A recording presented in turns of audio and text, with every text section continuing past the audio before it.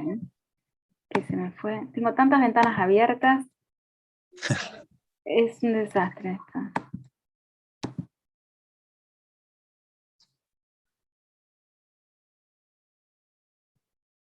Ahí. Está.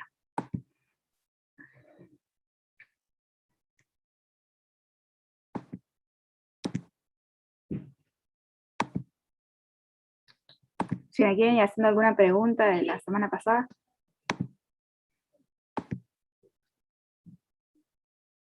Bueno. Yo tengo una, pero creo que es del tema de hoy. ¿Y qué es? A ver.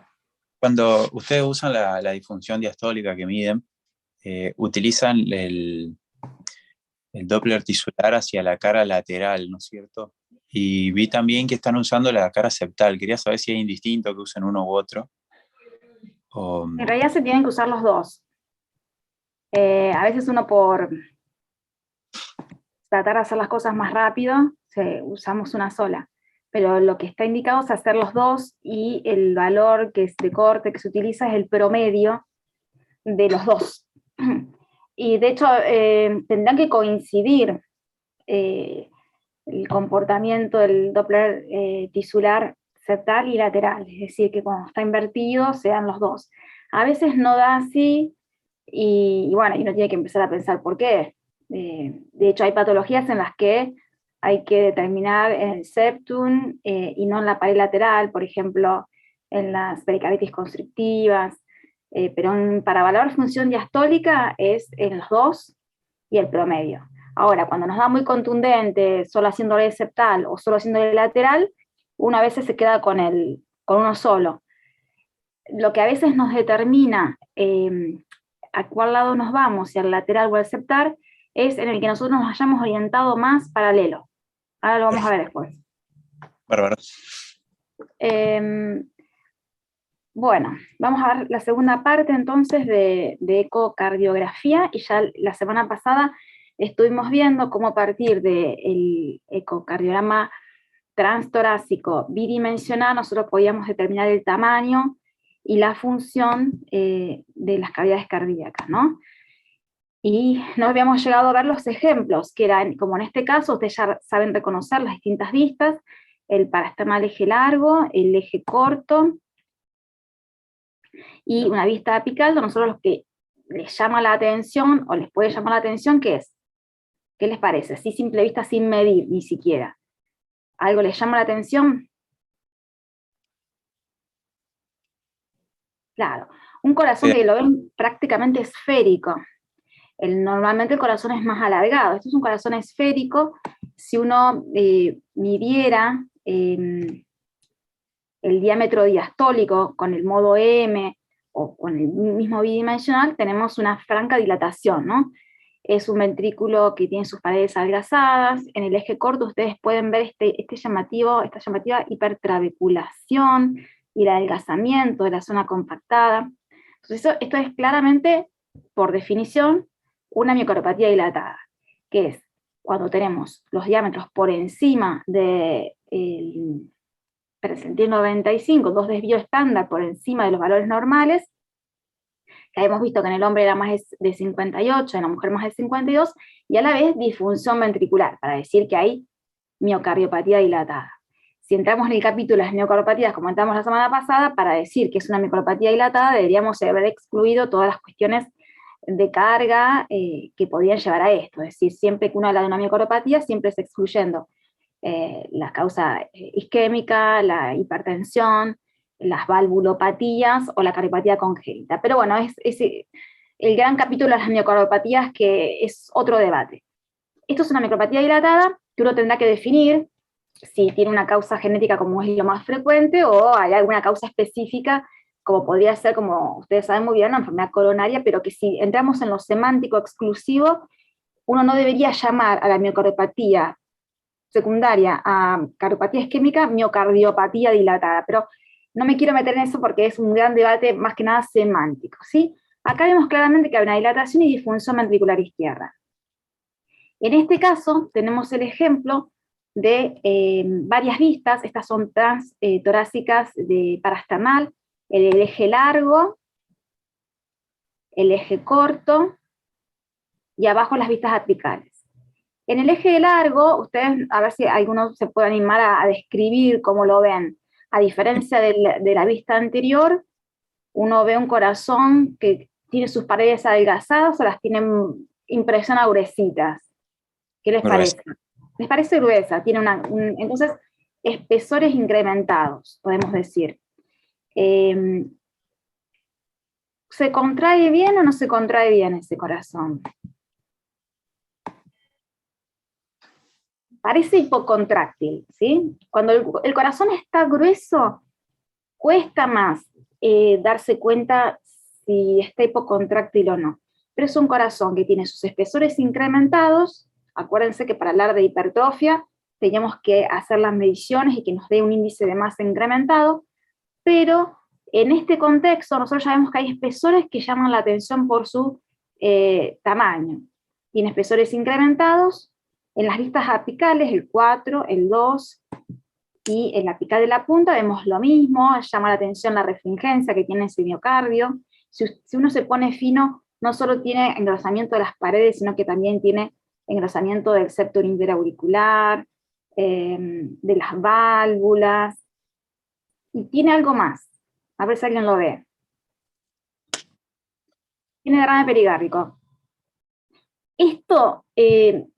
Esta manifestación es bastante florida de lo que es una amiloidosis, que hablábamos, no sé si lo hablamos la semana pasada, de que tenemos que sospecharlo cuando tenemos espesores incrementados, derrame pericárdico. Los espesores incrementados no solo de las paredes, sino también de las válvulas, del septo interauricular, pero bueno, entra dentro de lo que es las miocardiopatías hipertróficas, que en este caso, si uno piensa que esto es una amiloidosis, no es por mutación en los genes que codifican proteínas sarcoméricas, sino que es por un depósito, ¿no? Pero no vamos a entrar en eso, que sería entrar en el tema nuevamente de miocardiopatía. Pero lo reconocemos desde el eco. Este es otro escenario donde les tiene que llamar la atención, en esta vista paraesternal, eje largo, donde tenemos la aurícula izquierda, el ventrículo izquierdo, el septo interventricular, la pared posterior. Este es un eje corto. ¿Qué le llama la atención?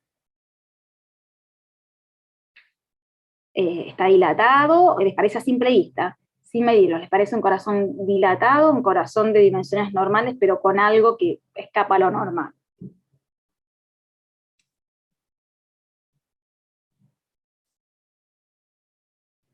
Sí, el pericardio, ¿qué te llamó la atención del pericardio? Muy brillante. Refringente. Bueno, la hiperrefringencia del pericardio es totalmente inespecífica para decir que le pasa algo al pericardio. Ténganlo en cuenta eso. Entonces, por ahí ustedes están viendo que quieren ver si un paciente tiene una pericarditis y le hacen un eco. Recuerden que el único signo que le suma como criterio diagnóstico de pericarditis no es la refringencia del pericardio, es decir, verlo brillante, que podría ser, pero no es específico, pero es el derrame. Si tuviese derrame, es un criterio de pericarditis. En este caso, que uno lo vea un poquito más brillante es totalmente inespecífico, así que no le presten atención. Pero sí el espesor del septum, ¿no? Fíjese que es un septum grueso. Dinámica en sí, tracto de salida también. Claro, fíjense el tracto de salida que deja. Entonces, esto yo creo que, no sé si les puse la imagen del Doppler, porque todavía no entramos en Doppler, pero a este nivel seguramente esto genera un gradiente y veríamos un flujo turbulento porque tiene gradiente subaórtico. Pero desde las imágenes bidimensionales nosotros ya reconocemos que acá hay una miocardopatía hipertrófica por la morfología, que es asimétrica. Me oriento a pensar que lo más probable es que sí sea por mutación en proteínas, en genes que codifican proteínas sarcoméricas, porque es la manifestación más habitual. Es decir, hay una, en base a la forma morfológica de las hipertrofias, está la probabilidad de que sea por mutaciones, y esta es la que tiene mayor probabilidad. El 80% de estos pacientes que tienen esta morfología, cuando uno habla de la análisis genético, encuentra mutaciones en genes que codifican proteínas sarcoméricas. Esto es otro escenario donde no hay trastornos en cuanto al tamaño de la cámara, sino lo que le tiene que llamar la atención es la severa disfunción, mejor dicho, alteración contráctil de todos los segmentos apicales. Fíjense el adelgazamiento, y por lo tanto la pérdida totalmente de contractilidad de los segmentos apicales. Es un paciente con secuela de infarto que genera una zona aneurismática. Si ustedes se ponen a observar fijamente, esos segmentos de la punta no solo que no engruesan en sístole, sino que abomban hacia afuera, es el comportamiento típico entonces del comportamiento aneurismático. Esta zona, por ser, tener este defecto contráctil severo, es asiento de trombos. Acá puede asentar un trombo, ¿por qué? Porque ahí no se contrae. Siempre que uno les describa a ustedes un trombo, dentro de las cavidades cardíacas, siempre van a sentar sobre zonas con defecto contráctil. Hay una sola entidad en la que uno puede llegar a tener trombo sobre un segmento que se contrae bien, que es en la famosa, no sé si la escucharon nombrar, pero en la famosa endomiocardiofibrosis, que es una miocardiopatía que funciona como una miocardiopatía dentro de las miocardiopatías restrictivas, que es la formación de un fibrotrombo, es decir, fibrosis y trombo, pero en una zona que se contrae normalmente. Eso genera toda una disfunción en la diástole, pero es la única entidad en la que uno puede decir, hay trombo y la contractilidad está conservada. Si no, siempre que ustedes les describan trombo, tiene que haber sí o sí un trastorno severo de la contractilidad. En este caso tenemos 3 vistas apicales, donde ustedes pueden observar, este es un apical de la punta, le llamamos, o un 3 cámaras de la punta, este es un 2 cámaras, y creo que había un 4 cámaras, pero se ve que se ha modificado de acá, en esta creo que se modifica, donde ustedes ven que los segmentos basales tienen una contractilidad conservada, o incluso hiperdinámicos. Los segmentos basales están con buena contractilidad, pero todos los segmentos medios y apicales, de todas las caras, están con esta disquinesia. Disquinesia es porque habíamos visto, es como el comportamiento neurismático que habíamos antes, pero acá no está tan adelgazado, pero tienen este comportamiento disquinético. ¿A qué les hace pensar?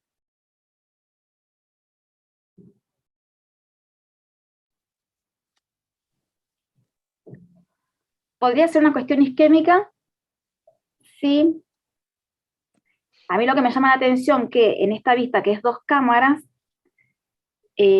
los segmentos apicales y medios están comprometidos.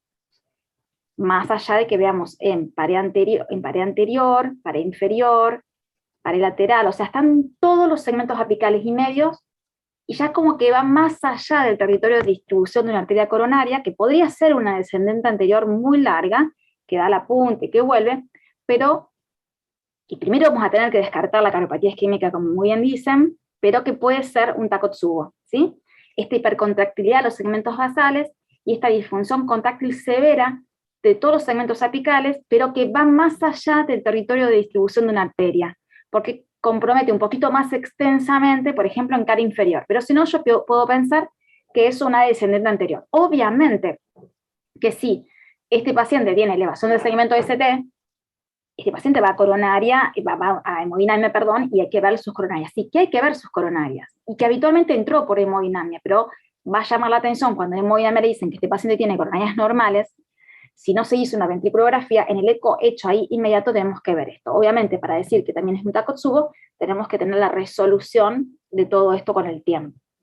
Si bien ustedes saben muy bien que es una entidad reversible, tienen que saber que en agudo puede ser grave, incluso puede también, como les decía antes, ser asiento de trombos, y el paciente hacer un accidente cerebrovascular, puede chocarse, y por esta hipercontractilidad de los segmentos basales también pueden generar gradientes subaórticos y descompensación hemodinámica. Así que eso, bueno, es una entidad muy, muy interesante, y que la podemos pensar desde las imágenes. No obstante, no hay que cegarse siempre con las imágenes, y como ustedes bien dijeron, tenemos que pensar siempre lo más prevalente. Entonces, primero pensemos que es la cardiopatía isquémica, porque sabemos que hay una intervención que puede salvar.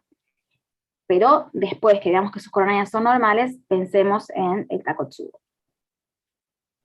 Este es otro escenario que podemos hacer diagnóstico con el eco, que ustedes ya lo van a saber reconocer porque recién lo vieron, que es un corazón que lo ven normal en cuanto a sus dimensiones, por lo menos a simple vista, uno tendrá que medirlo. Hay algunos que hacen sus evaluaciones solamente cualitativamente, pero siempre es mejor tratar de medir, siempre que la ventana del paciente nos lo permita, porque a veces nos puede generar confusión. A simple vista es un corazón que se contrae bien, sobre todo en el eje corto nos permite ver todas las paredes en forma simultánea. En el 4 cámaras vemos que hay una buena contractilidad, esto es una vista subsifoidea, este sería el hígado, ¿y qué vemos? ¿Qué les parece? Acá. Algo que tienen que llamar la atención es un paciente que consulta por dolor, tiene derrame pericárdico, ¿sí? Sí, es bastante cuantioso. Este era un paciente que había consultado por un cuadro clínico bien claro de pericarditis aguda, que en el primer eco no tenía derrame, se da con tratamiento empírico, como es lo que corresponde, porque no tenía ningún criterio de internación, porque no tenía ningún criterio de alto riesgo, y a la semana, a pesar del tratamiento, persistía con el frote y tiene este eco, es decir, había producido derrame, y ahí se interna y bueno, y se hace tratamiento de descarte de todas las causas específicas. Resultó ser un cuadro muy interesante. Nunca supimos la etiología, pero era una pericarditis eosinofílica, es decir, el infiltrado inflamatorio era eosinófilo, que fue muy, muy interesante. Pero bueno, el eco nos permite detectar el derrame, nos permite cuantificarlo, y nos permite demostrar el compromiso hemodinámico. En este caso no tienen que describir que es un derrame pericárdico circunferencial. Como veíamos la semana pasada, acá vemos que hay una zona libre de ecos, pero si yo viera esto y no viera esto, yo esto no lo puedo decir como derrame porque podría ser grasa, porque tiene casi la misma refringencia, porque tengo que tener siempre en zonas declives. Entonces, como acá tengo derrame, más esto, todo esto es derrame, ¿sí? Entonces, ¿cómo se cuantifica? Se pone el modo M, por ejemplo, sobre en esta orientación, y se suma cuánto mide ese espacio libre de ecos, esa zona anecoica, y si mide menos de 10 milímetros es leve, si mide entre 10 y 20 es moderado, y si mide más de 20 es severo. A la vez uno tiene que demostrar el compromiso hemodinámico, que sería ver si hay signos de compresión de cavidades. No obstante, hay un signo que es mucho más sensible, que es derivado del Doppler, que por ahí no vamos a hablar ahora porque se hace complejo, pero es ponerle el Doppler en las distintas válvulas y evaluar el comportamiento hemodinámico. Eso por ahí cuando veamos la clase de pericardio, ahí vamos a ver específicamente cómo lo hacemos. Porque a veces nosotros no vemos acá que hay compresión de cavidades, pero hay una variación respiratoria exagerada de la velocidad de los flujos transvalvulares. Normalmente hay una variación. En inspiración, la presión negativa intratorácica hace que las velocidades de los flujos en las cavidades derechas sean mayor y un poquito menor en las izquierdas. Una exageración de esas variaciones me está hablando de un compromiso hemodinámico por el derrame. O sea, nosotros como ecocardiografistas, cuando hacemos un estudio con un derrame pericárdico, somos los que tenemos que saber hacer esto y decirles a ustedes si hay signos de compromiso hemodinámico, que a veces no va a ser porque hay compresión de cavidades, sino estos signos incipientes. Son signos incipientes. Y en este caso, que nos va a introducir al tema de hoy, tenemos un corazón que no sé si está dilatado o no, tendré que medirlo, a veces en esos pacientes más limítrofes hay que medirlo, pero ¿qué les llama la atención? Es una vista parasternal eje largo, raíz de la aorta, aurícula izquierda, ventrículo derecho. Hay una masa ahí también, ¿no? ¿Dónde ves la masa? ¿O es un músculo papilar en la del medio? Posiblemente sea un músculo papilar. Pero bueno, está bien que vos describas como una masa, que vos mismo, si estás haciendo el estudio, a esa masa después la vas a terminar identificando como que es un músculo papilar y no es una masa. Pero a simple vista sí, eso se podría comportar como una masa. Porque es un músculo papilar que es verdad, lo ves más refringente, lo ves distinto, que el resto está bien que te llame la atención. Bien. Está bien tu observación, me parece bien, pero bueno, yo te digo, era simplemente un músculo papilar. Pero eso, capaz que la vista no está muy bien adquirida, por ahí uno tendrá que haberla angulado un poquito más para que te quede más pegadito, pero está bien que te llama la atención eso. ¿No le llama la atención la contractilidad? Fíjense, está hipocontráctil, esto es un ventrículo hipocontráctil. Y, a ver si se me activa, está levemente dilatado. Entonces, una miocardiopatía dilatada, podemos decir, no sabemos la causa, no sabemos si realmente es una miocardiopatía dilatada, pero se comporta como una miocardiopatía dilatada porque está dilatado y tiene mala función. Entonces uno tiene que pensar cuál es la posible etiología de esto. Siempre que nosotros hacemos un estudio y vemos que hay anormalidades, pensamos en la etiología. Entonces, si yo les pregunto, ¿cuál les parece la etiología de esta miocardiopatía dilatada? Así con esto que ven o en base a sus conocimientos de las principales causas de miocardiopatía dilatada. Tengo una miocardiopatía dilatada porque tengo un ventrículo mayor a 58 milímetros y una disfunción sistólica importante. Podemos decir que puede tener 15 de fracción de eyección.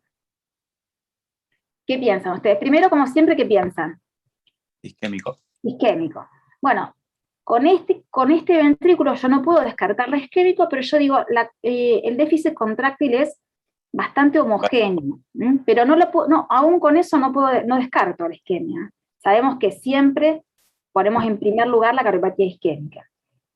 Y pensamos en otras causas, y vemos otras cosas. Y vemos la hipocontractilidad global, pero fíjense ahí, a nivel de la raíz de la aorta. Ahí donde está la raíz de la aorta, fíjense cómo está la aorta, está engrosada, está calcificada. Entonces yo pienso, este paciente puede haber llegado a esta situación porque tiene una estenosis aórtica severa. Entonces ahí es donde yo ya me tengo que esmerar en empezar a valorar la severidad de esta valvulopatía. Y es ahí donde necesitamos otras herramientas. Y es ahí, más allá que las necesitemos para un montón de cosas, es donde tenemos que empezar a hablar de Doppler. A entender un poquito las distintas herramientas del Doppler, para qué nos sirven y como no podemos dar todos los temas, vamos a ir tomando algunos tópicos y los vamos a ir desarrollando. Entonces, de Doppler, ¿qué necesito que ustedes se queden? Es complejo el tema del Doppler, pero necesitan saber algunas cositas. Usamos 3 o 4 herramientas del Doppler. Para el Doppler, a nivel de las válvulas, es decir, el Doppler es el cambio en la frecuencia del ultrasonido que se genera porque vamos a evaluar estructuras en movimiento que se acercan o se alejan del transductor. Cuando hablábamos, sería en este caso los eritrocitos, ¿sí? Entonces van a generar un cambio en la frecuencia y van a generar las ondas. Nosotros estamos acá con nuestro traductor, y sí, el flujo se acerca a nosotros. Si nosotros estamos evaluando un tipo de Doppler, ya sea pulsado o continuo, que se inscribe en el panel, la onda se va a acercar, va a ser positiva. Y si el flujo se aleja del transductor, la onda se va a inscribir por debajo de la línea de base. Con respecto al color, si el flujo se acerca, se va a inscribir en rojo, y se aleja, se va a inscribir en azul. El Doppler pulsado se caracteriza porque hay un cristal piezoeléctrico en el transductor que manda ondas de ultrasonido, pero va a detectar la velocidad de la sangre en un punto específico de interés, que nosotros lo vamos a definir. Cuando nosotros usemos el Doppler pulsado es porque yo quiero medir, en este caso, por ejemplo, la velocidad acá, en el punto que abre la válvula mitral, o en otro lugar, donde yo lo defina, según lo que esté evaluando. Y el transductor va a esperar que esa onda de ultrasonido vuelva. Entonces yo voy a registrar la velocidad en el sitio puntual de interés, voy a tener una onda positiva si se acerca, negativa si se aleja, y tengo esa característica, esa posibilidad de medir lugares puntuales. Tengo un inconveniente, que si las velocidades son muy elevadas, yo no voy a poder medirlas, y voy a tener que usar otras herramientas. Para eso tengo el Doppler continuo. El Doppler continuo se caracteriza porque emite haces de ultrasonido y los recibe en forma simultánea. Pero yo no sé de dónde vienen. Yo sí sé es que vienen en la dirección del haz de ultrasonido que yo emito. Si yo pongo el transductor y mando así, yo sé que voy a obtener la máxima velocidad en esta dirección, que podrá ser acá, podrá ser acá, podrá ser acá, podrá ser acá, no sé. Yo sé en qué lugares normalmente está la mayor velocidad, pero yo no puedo saberlo. Entonces, ¿pero qué me permite? Me permite ver altas velocidades. ¿Y cuándo voy a tener altas velocidades adentro? Cuando tengo patología. Entonces, cuando yo tengo ciertas patologías, voy a necesitar usar el Doppler continuo. Ya veremos cuándo.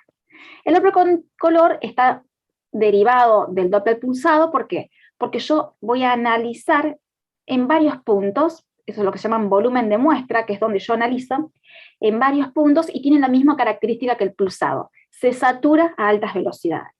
¿Y qué pasa a altas velocidades? Yo voy a dejar de tener el famoso rojo y el famoso azul, y voy a tener ese mosaico de colores brillantes, que se llaman aliasing.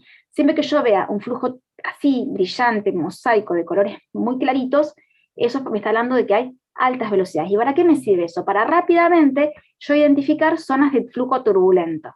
Entonces, ¿por qué me resulta interesante el Doppler color? Porque yo lo pongo y rápidamente yo identifico dónde hay flujos turbulentos y por lo tanto anormales.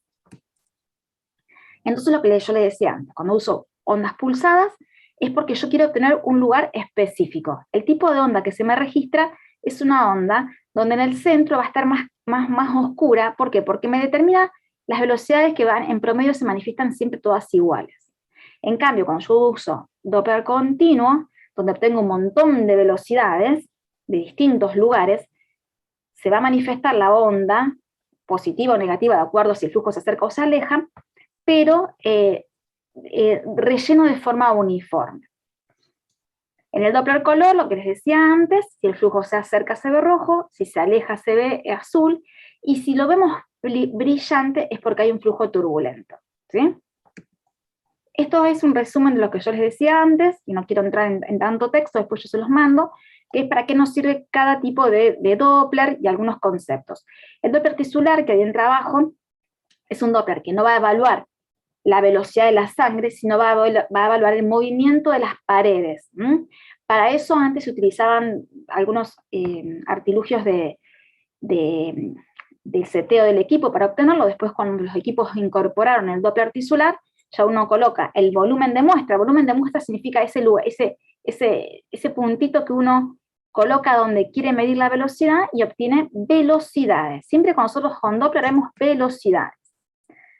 Entonces, la situación que más frecuentemente nosotros nos lleva a usar el Doppler continuo, que le dijimos que era este tipo de Doppler que nos permite medir altas velocidades, es cuando nosotros evaluamos la aorta. Como la válvula aórtica normalmente es la que exhibe las mayores velocidades, cualquier pequeña alteración, una esclerosis, va a generar que la velocidad se incremente un poco más. Nosotros ya por default siempre usamos el Doppler continuo para medir la velocidad de la aorta. ¿Por qué? La ponemos acá.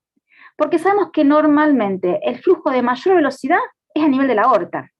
Si nosotros podemos tener algún gradiente a nivel subaórtico por alguna hipertrofia fisiológica, por hipertensión, por ejemplo, sabemos que igualmente la velocidad mayor es la de la aorta. Entonces nosotros nos quedamos tranquilos. Ahora, cuando hay patología como una miocardiopatía hipertrófica que te eleva, por ejemplo, muy alto los gradientes a nivel subaórtico, y nosotros colocamos el Doppler continuo a este nivel, y capaz que no estamos midiendo la velocidad de la aorta, sino la velocidad del tracto de salida. ¿Se entiende eso? Pero nosotros con el color vamos a ver dónde se nos aceleró el flujo y dónde tenemos que colocar y dónde está viniendo esa alta velocidad. Eso por ahí lo vemos después. Entonces esta es la morfología normal del flujo a nivel de la aorta. Nosotros pusimos el Doppler continuo, fíjense en esta dirección. Habitualmente lo hacemos con la guía del ecocolor, del Doppler color, porque ahí vemos donde se nos pone rojo, donde se nos pone, mejor dicho, azul, porque va a ser un flujo que se va a alejar de esta zona, colocamos el haz de ultrasonido. Y se nos va a dar una onda, fíjense si esta es la onda el QRS, todo lo que empieza después es sístole, una onda que se aleja del transductor en una vista apical, porque el flujo se va, que tiene una inscripción más rápida y después un ascenso más lento. Esta es la morfología normal del flujo a nivel de la válvula aórtica. Uno lo que hace habitualmente es medir esa velocidad máxima. Nosotros en ECO medimos velocidades de la sangre adentro de las estructuras cardíacas. Veremos cómo las pasamos a gradiente. Nosotros medimos la velocidad máxima. En situaciones en las que hay una estenosis, esta velocidad se va a incrementar por algunos principios que ahora vamos a ver. El Doppler pulsado nos sirve para medir, dijimos, sitios específicos. ¿Cuándo yo quiero medir un sitio específico? Cuando vemos la famosa onda E y onda A de la válvula mitral. ¿Sí? Cuando yo quiero medir función diastólica, por ejemplo, pongo el volumen de muestra en el tips de apertura de la válvula mitral y obtengo velocidades a ese nivel. ¿Ustedes saben de dónde viene la onda E y la onda A? ¿Qué representan?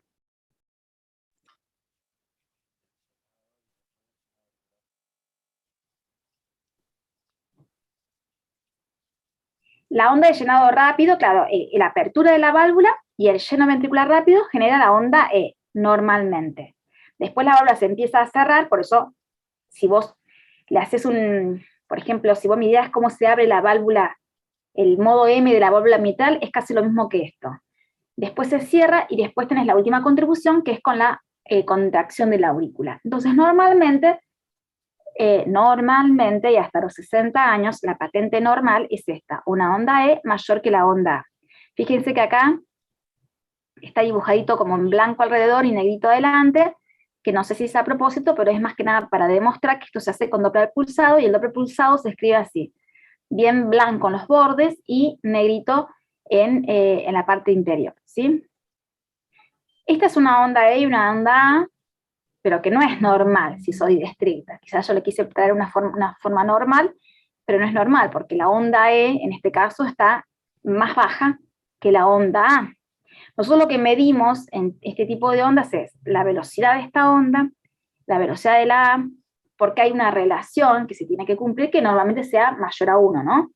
En condiciones normales. Pero si este fuese el eco de un paciente de 65 años, esta sería su patente normal y fisiológica para su edad, pero es una patente de alteración de la relajación del ventrículo izquierdo, cuando la onda E es menor que la onda A. Lo que pasa es que se considera fisiológica a partir de los 60 años. Eso por ahí lo vemos más adelante cuando veamos algo de función diastólica.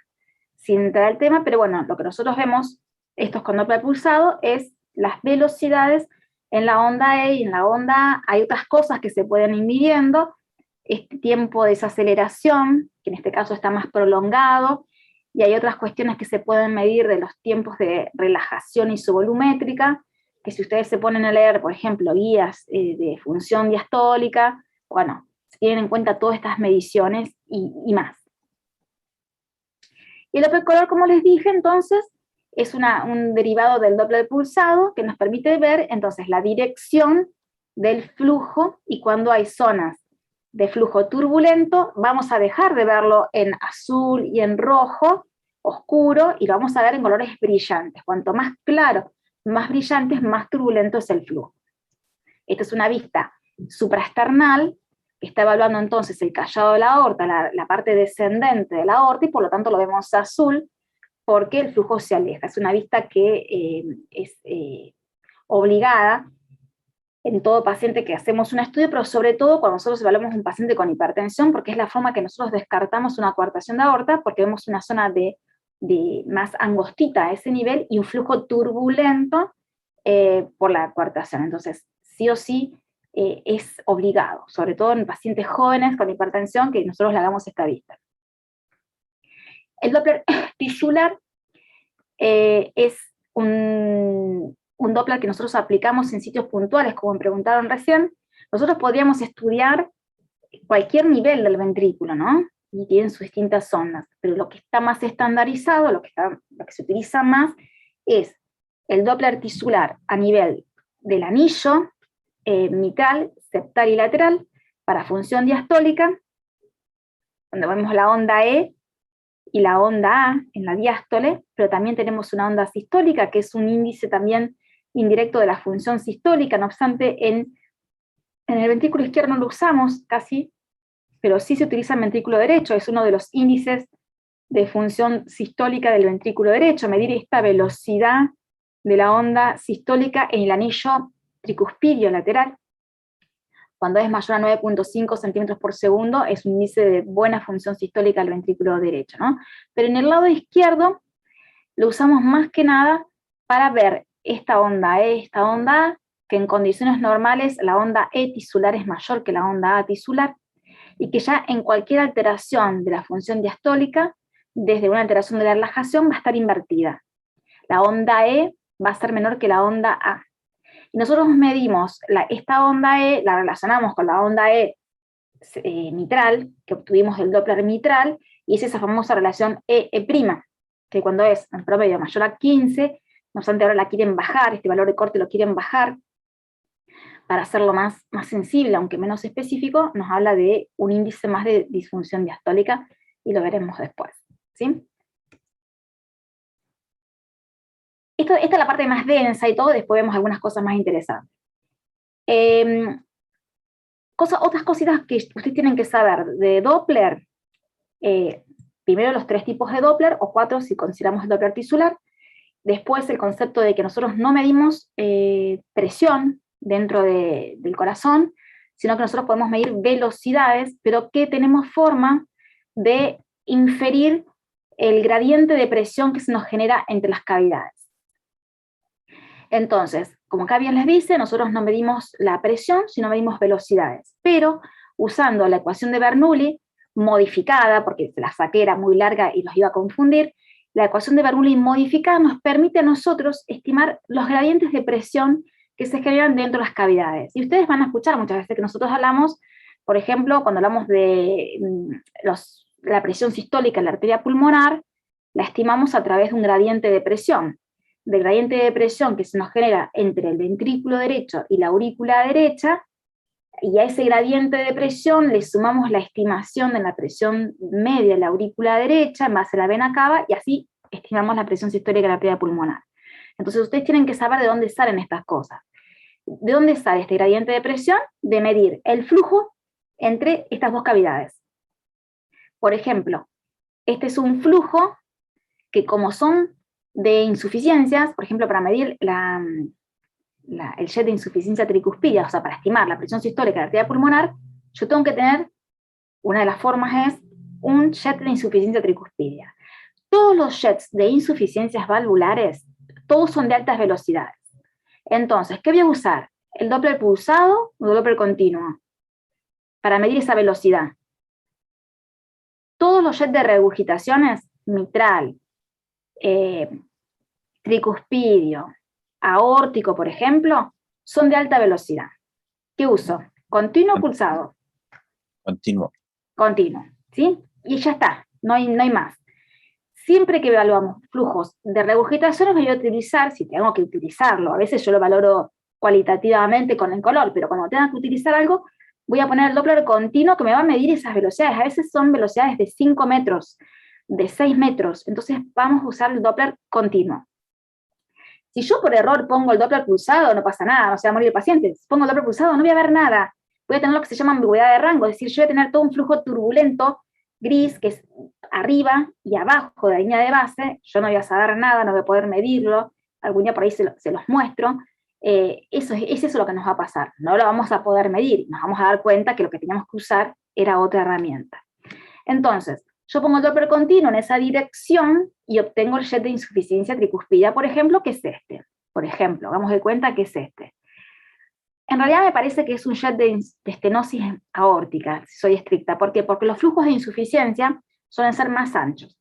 Entonces, este es un flujo a nivel de la válvula aórtica, que yo la vi estenosada, la vi gruesa, y la medí con el Doppler continuo. Y me dio, fíjense, una velocidad máxima de 3.5. Entonces me dio una velocidad de 3.5, y utilizando esta fórmula, que es 4 por velocidad al cuadrado, obtengo este gradiente de presión, que es de 49 milímetros de mercurio.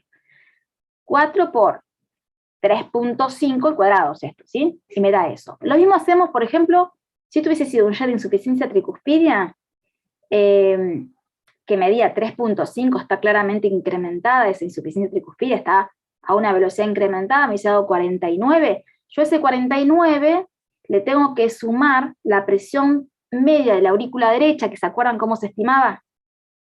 ¿Con qué parámetro estimamos la presión media de la aurícula derecha? Con la vena cava. Ven ¿Se acá. acuerdan? Sí.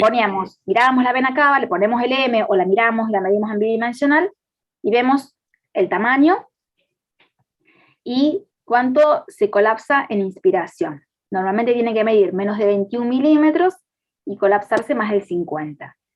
Si este paciente tuviese una vena cava chiquitita que colapsa más del 50%, yo le tengo que sumar a este 49, 3, que es la presión media que yo estimo en la aurícula derecha. Eso yo se los di la semana pasada, cualquier cosa después lo revisamos. Entonces, yo estoy midiendo acá entonces un gradiente. Vamos a ver para qué nos sirve. Ya dijimos algunas cosas, pero lo obtengo de esta fórmula, la famosa ecuación de Bernoulli, que por ahí es importante que ustedes sepan quién es, pobre. que se esmeró. Lo que les decía antes, obtengo un jet de insuficiencia tricuspidia, fíjese que tengo un flujo azul que se está alejando del transductor, por lo tanto es un flujo de insuficiencia a nivel de la válvula tricúspide. Yo le pongo el Doppler continuo en esa dirección y tengo un flujo que es todo homogéneo en blanco. Mido esa velocidad y el equipo, o sea, yo habitualmente no tengo que usar la fórmula, no tengo que hacer el 4 por 3.5 al cuadrado porque el equipo ya está preparado para eso. Y normalmente cuando yo mido esa velocidad, ya el equipo me calcula el gradiente. Pero si yo no lo tuviera, o quiero hacer el ejercicio mental, me calcula entonces el gradiente entre el ventrículo y la aurícula derecha. Este gradiente entre el ventrículo y la aurícula derecha me permite estimar la presión sistólica de la arteria pulmonar, siempre y cuando este paciente no tenga una estenosis pulmonar, que es una entidad, ustedes saben muy bien, bastante infrecuente, porque suelen ser congénitas nomás, pero ¿qué pasa? Ante una estenosis pulmonar yo ya no estaría estimando la presión sistólica de la arteria pulmonar, sino estoy estimando la presión dentro del ventrículo porque tengo una obstrucción en el tracto de salida. Es una cosa compleja para explicarles, pero básica para el ecocardiografista. Nosotros como ecocardiografistas jamás le podríamos estar informando a ustedes la presión sistólica de la arteria pulmonar a través de esta fórmula si le vemos que tiene una estenosis pulmonar. Sería un error nuestro grave, ¿sí? Es una pregunta de examen para los ecocardiografistas. Bueno, dígame si me entienden o me derivo un poco. Entonces nosotros vamos a estudiar gradiente. Pues yo por ahí voy más allá.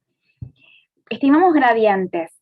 Si yo le pongo el cursor para medir esta velocidad, obtengo el gradiente máximo, pico. Habitualmente cuando vemos que el paciente viene fácil, viene todo normal, por cuestión de vorágine de trabajo, no porque estemos trabajando muy bien, medimos esa velocidad máxima y nada más. Pero si yo quiero hacerlo mejor, yo puedo informar gradiente máximo y también puedo informar el gradiente medio, que es mejor, ¿por qué? Porque yo estoy mostrando los gradientes de lo que está sucediendo en todas las fases de ese ciclo, ¿no? Hay patologías como la estenosis aórtica, donde yo sí tengo que medir este gradiente medio, porque ustedes saben muy bien que para definir, por ejemplo, una estenosis aórtica que es severa, tengo que tener un gradiente medio mayor a 40. Entonces hay situaciones en las que yo sí les voy a informar el gradiente medio. Y hay situaciones en las que cuando viene todo fácil o todo normal, uno termina informando solamente el gradiente pico, pero en estenosis aórtica queremos que informarles a ustedes el gradiente medio. ¿Y cómo lo informamos? Midiendo todas las velocidades. Obviamente, ¿cómo lo hacemos de fácil nosotros? Hacemos toda una planimetría, marcamos así con el cursor toda la onda que se nos generó y el equipo automáticamente, como me marcó todas las velocidades, me calcula el gradiente medio. A un Doppler color y el equipo lo hace solo. Le puse el Doppler color, vi la zona que se aceleraba, le agregué el continuo y me generó esa onda y yo agarro y la marco toda en su borde. Eso Perfecto. sería lo ideal, ¿sí? Entonces yo ahí puedo obtener gradientes medios. Y también voy a tener el máximo, porque me va a marcar cuál fue la velocidad máxima. Lleva 2 segundos, y hay que hacerlo. Obligado si estamos haciendo el diagnóstico de una valvulopatía aórtica, por ejemplo, una estenosis aórtica. Si no, habitualmente en los ecos comunes nosotros informamos más parcial, no todo esto, pero son fórmulas que yo quiero que sepan de dónde sale cuando nosotros informamos tales cosas, ¿sí? Utilizando la medición de la velocidad y estimando gradientes por fórmula de Bernoulli. Bueno, que decirle que le saquen el equipo. ¿Para qué nos puede servir todo esto? Nosotros entonces, en eco, que calculamos solamente velocidades, pero podemos estimar los gradientes, podemos calcular los flujos. Para el cálculo de flujos hay fórmulas. Y esto es para que ustedes sepan de dónde sale, y está bueno saberlo, por más que ustedes no lo empleen, saber de dónde sale. Yo puedo estimar el flujo sabiendo el área de un lugar y haciendo la integral de esta velocidad como vimos recién. Este es un dato importante que si ustedes lo saben usar, si ustedes tienen la disponibilidad de la herramienta, lamentablemente ustedes no tienen un eco, por ahí en terapia sí hay un eco, yo he visto que hay un eco Eh, por eso, está bueno ese equipo, creo que es un Toshiba, que ustedes, no sé yo, que ustedes pueden experimentar, tocar la herramienta y hacer sus juegos. Porque ustedes pueden, en un paciente que quieren saber si está con bajo gasto cardíaco, pueden estimar el gasto cardíaco y con muy buena correlación, siempre y cuando siempre veamos bien, o sea, tengamos buena ventana acústica del paciente. Porque ustedes saben muy bien que cuando nosotros mismos nos pasa, cuando nosotros no vemos nada y nos piden algo muy preciso, y es muy difícil creerle a lo que nosotros podemos medir. Pero ustedes por ahí tienen una buena ventana en un paciente, le quieren hacer jugar con todas estas herramientas, está bueno. Y el gasto cardíaco lo pueden estimar, así como pueden estimar las presiones de llenado, viendo la función diastólica con el Doppler, que lo vamos a ver más adelante, pueden estimar el gasto cardíaco. Y se hace de forma fácil. Se tiene que estimar la fórmula para estimar el área, si uno disocia esta fórmula, para estimar, el flujo. Yo quiero saber el gasto cardíaco, es decir, el volumen sistólico. Volumen sistólico por frecuencia cardíaca, el gasto cardíaco, lo dividen por la superficie corporal, tienen el índice cardíaco, ¿se entiende? Entonces, ¿cómo saco este flujo, el volumen sistólico en este caso? Viendo a nivel del tracto de salida, no de la válvula aórtica, del tracto de salida, el diámetro, que lo vamos a hacer en vista paraesternal eje largo, en protosístole. De ese diámetro yo tengo la mitad, que es el radio, y por la fórmula de área, pi por radio al cuadrado, por la integral de esta velocidad, este es el flujo a nivel del tracto de salida del ventrículo izquierdo, que lo obtengo de una vista apical 5 cámaras, poniendo, ¿qué les parece? ¿El Doppler pulsado o el Doppler continuo? Si yo quiero medir la velocidad del tracto de salida, no de la válvula aórtica, quiero medirla, yo les muestro donde quiero medir. Yo quiero medir la velocidad, a ver si tengo una vista. Acá. Yo quiero medir la velocidad acá. Ahí. ¿Pongo el Doppler continuo o el pulsado? Pulsado. Pulsado. Porque aparte siempre la aorta va a tener más velocidad. Y cualquier grado de estenosis, de calcio me va a aumentar. Pero yo aparte quiero medir la velocidad en el tracto de salida. Entonces pongo lo que se llama volumen de muestra, que es esa marquita, que ustedes la van a ver, que cuando ustedes ponen Doppler pulsado, les aparece esa marquita que ustedes la modifican en la dirección. Yo quiero medir la velocidad acá. Y cuando yo pongo el Doppler pulsado y quiero medir la velocidad ahí, me va a dar una onda así. Una onda triangular, y fíjense, el centro va a estar más negrito porque puse el pulsado. Yo le hago la integral, le marco todo el borde, y esa integral se llama BTI, ¿sí? Se llama BTI, que te lo va a dar en centímetros, y eso es lo que incluís en la fórmula, y con eso te calcula el gasto cardíaco. Mejor dicho, te calcula el volumen sistólico. Volumen sistólico por frecuencia cardíaca sería el volumen minuto, dividido la superficie corporal, es el índice cardíaco del paciente. Eso por ahí con terapia se usa mucho. El punto más delicado de esta medición es medir bien el tracto de salida. El tracto de salida normalmente mide entre 21 y 24 centímetros, milímetros. Pero fíjense que por estar elevado al cuadrado, si nosotros le erramos en la medición, vamos a meter mucho error en la fórmula. Tengamos cuidado en eso. Pero si uno se entrena, y sobre todo si uno se lo trata de medir en pacientes más jóvenes que tienen mejor ventana, no tienen tanto calcio en esa zona, está bueno como herramienta. Entonces, ¿para qué me sirven los Dopplers y conocer estas fórmulas? Para decir, bueno, yo puedo estimar el flujo. Tienen que tener en cuenta otra fórmula, otro concepto importante en Doppler. Hay un concepto que se llama conservación del flujo. Yo recién estimé el flujo en el tracto de salida. Dijimos que el flujo es área por la integral de las velocidades. Tienen que saber que hay un concepto que es que el flujo va a ser constante en todos los niveles del corazón. Pero ¿qué pasa si hay una zona que tiene un área menor? El flujo es mayor.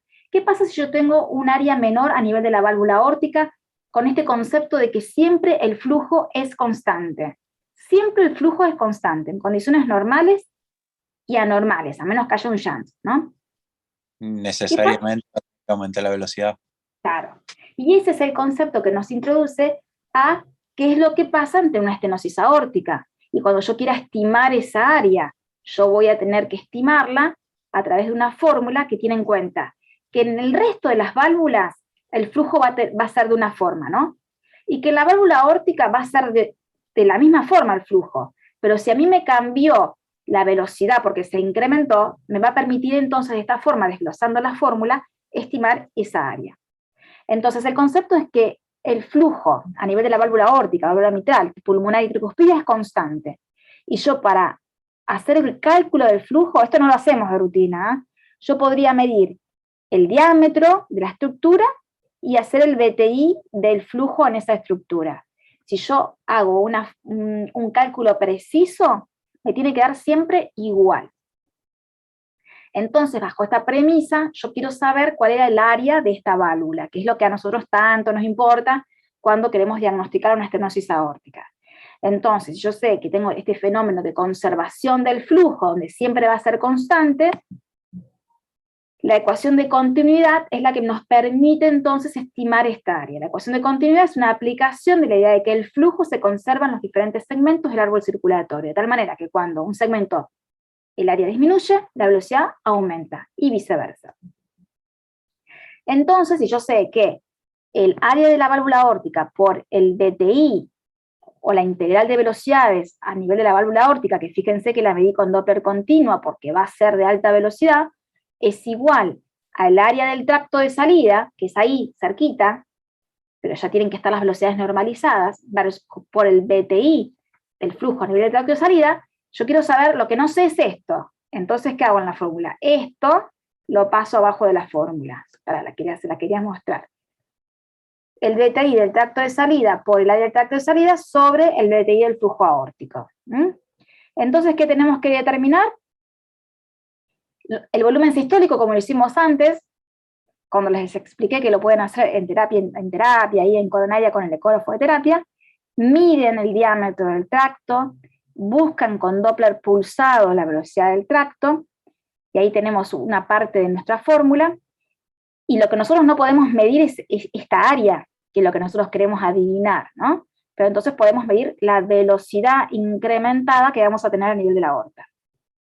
Y de esa fórmula, entonces yo tengo que el área va a ser igual al volumen sistólico, es decir, lo que determiné acá, sobre esa velocidad. Acá hay algunas cuestiones también que son técnicas de nosotros, que es que esta velocidad máxima, nunca se subestima la velocidad a nivel de la aorta. Es decir, si yo encuentro una velocidad elevada, es real. Lo que sí nunca se sobreestima. Lo que sí la puedo subestimar, si yo no me alineé bien, si yo no me esmeré y estuve mucho tiempo buscando en las distintas ventanas dónde se me incrementa más la velocidad, puedo subestimar el área y decir que no es tan severa como lo es. A lo que voy es que los estudios de estenosis aórtica son muy demandantes, muy laboriosos, por eso a nosotros a veces nos pone mal cuando nos piden estudios que por ahí ya de pacientes que ya se conocen, que tienen la patología, y de última, tampoco nosotros ni sabemos cuándo tenía antes, y son estudios muy laboriosos, que si nosotros no nos esmeramos en darlo vuelta al paciente de un lado y para el otro, porque hay ventanas que se toman de otra forma, podemos estar diciendo que tiene una estenosis aórtica menos severa de la que tiene. A lo que voy es, si ustedes tienen el dato de que si tenía una estenosis aórtica con el área de tanto, con el gradiente de tanto, por ahí lo pongan, para que nosotros por ahí cuando vamos a hacer el estudio, repetido por lo que sea, tratemos de encontrar al menos esas velocidades para que sepamos que el estudio lo hicimos bien, porque a veces también nosotros nos quedamos con mucha duda, teniendo en cuenta la adversidad a veces de que es hacer un estudio en un paciente que está por otra cosa, que está molesto porque estaba internado por otra cosa, operado. Entonces estos estudios son muy laboriosos. Más de lo mismo, las herramientas que nosotros tenemos que tener para estimar la severidad de esta área, de esta estenosis aórtica. Y recuerden ustedes, eso lo van a ver supongo cuando vengan las clases de valvulopatía, supongo que tienen clases de eco en las valvulopatías, que con un área menor a 1, un gradiente medio mayor a 40, ustedes tienen el diagnóstico de una estenosis aórtica severa. Y ese gradiente medio deriva entonces de hacerle la integral al jet de alta velocidad a nivel de la válvula aórtica, ¿sí? El mismo concepto de estimación de los flujos nos sirve para este famoso QPQS, que era el flujo pulmonar versus el flujo sistémico, que es básicamente usar lo mismo, es usar esta fórmula del flujo, que era el área por la integral, ¿sí? En este caso sería el área del anillo pulmonar, en una vista parasternal eje corto a nivel de los grandes vasos, por la integral del flujo a nivel de la válvula pulmonar, sobre el flujo sistémico, que es ese famoso volumen sistólico, ¿sí? Esta fórmula está un poco modificada, en vez de hacer pi por radio cuadrado, hace directamente 0.785 por ese radio. No, por el diámetro. Bueno, pasamos a la parte más odiosa, que es todo este tema de fórmulas, que me parece interesante para que ustedes entiendan lo que es el eco, Doppler, y las famosas fórmulas y de dónde vienen los gradientes. Entonces vamos a analizar un poco de imágenes y para qué nos sirve. Este es un caso de una vista parasternal eje largo, donde vemos, no sé si les llama algo la atención, fíjense en esta vista y en esta vista, que acá fueron 4 cámaras que después se hizo 2 cámaras. Acá tenemos la válvula mitral, concéntrense en la válvula mitral. A simple vista es un corazón que tiene una muy buena contractilidad, fíjense que aplaude. Yo ya me quedo tranquila que la función sistólica es buena, tendré que medirlo para ver si no está dilatado. Está un poco magnificado, que se pierde un poquito la definición, pero acá tiene algo que no es normal. Una cosita que entra. Todas las interpretaciones siempre hay que hacerlas en el contexto clínico del paciente, por supuesto, ¿sí? Porque si a mí me están pidiendo este estudio porque el paciente tiene fiebre, yo esto lo puedo interpretar como que es una vegetación. Este paciente no tenía clínica de fiebre, de hecho estaba prácticamente en edema agudo de pulmón, y tenía el antecedente de una patología mixomatosa, la válvula mitral. Entonces, esto que hay ahí es una cuerda tendinosa rota, patrimonio de la enfermedad mixomatosa mitral, ¿no? Por lo tanto, el paciente, ¿qué le puede estar pasando? Si rompió una cuerda tendinosa, por ejemplo, de primer grado, y está en edema agudo de pulmón, fíjense, con función sistólica preservada. Insuficiencia mitral. Claro. Entonces, ¿qué pongo? ¿Qué les parece? Pongo primero, rápido, ¿qué pongo del Doppler? Rápido, que me permite el color, el pulsado, el continuo. Ah, ¿cómo se... ¿Qué herramienta utilizo del Doppler? Claro. El color. Siempre te sirve para orientarte rápidamente. Entonces yo le pongo el color y veo qué pasa. A la vista de arriba, fíjense que antes veíamos flujos, dijimos rojos y flujos azules, pero acá tengo flujos brillantes, mucho más claros. Este se llama aliasing del color, o mosaico le llaman algunos, es un flujo, a ver si lo puedo frizar, para pasárselos lento.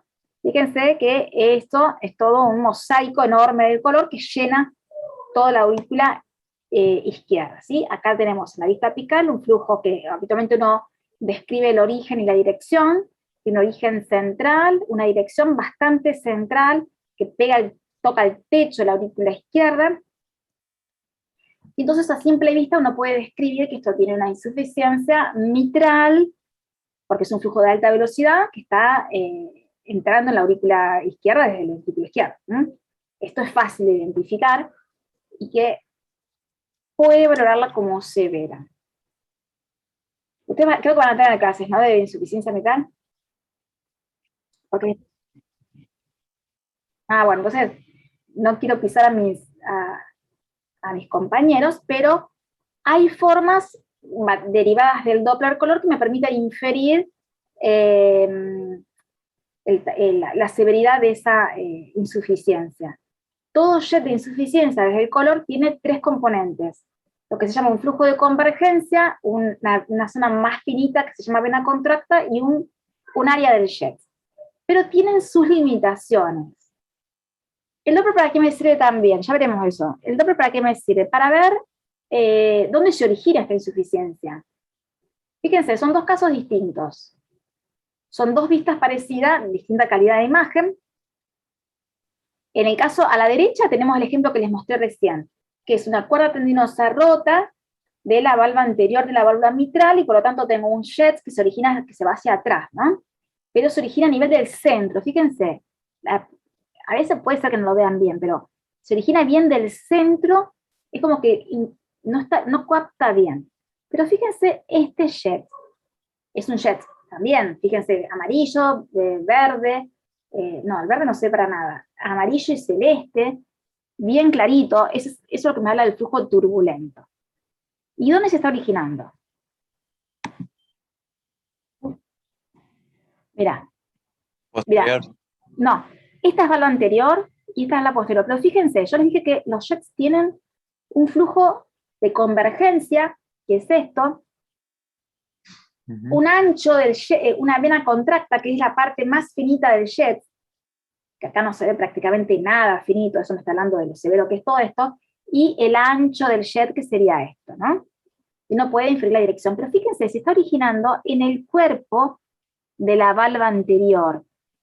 A diferencia de este, yo no pretendo que ustedes lo hayan visto esto, lo tenemos que ver nosotros, pero para que vean el juego, que es que uno tiene que analizar muchas cosas para identificar el mecanismo de lo que está pasando. En este paciente, en el anterior, en el derecho, yo ya había visto una cuerda rota, y en este paciente no sabía bien por qué perdía. De hecho, este paciente hoy se operó y no está muy bien.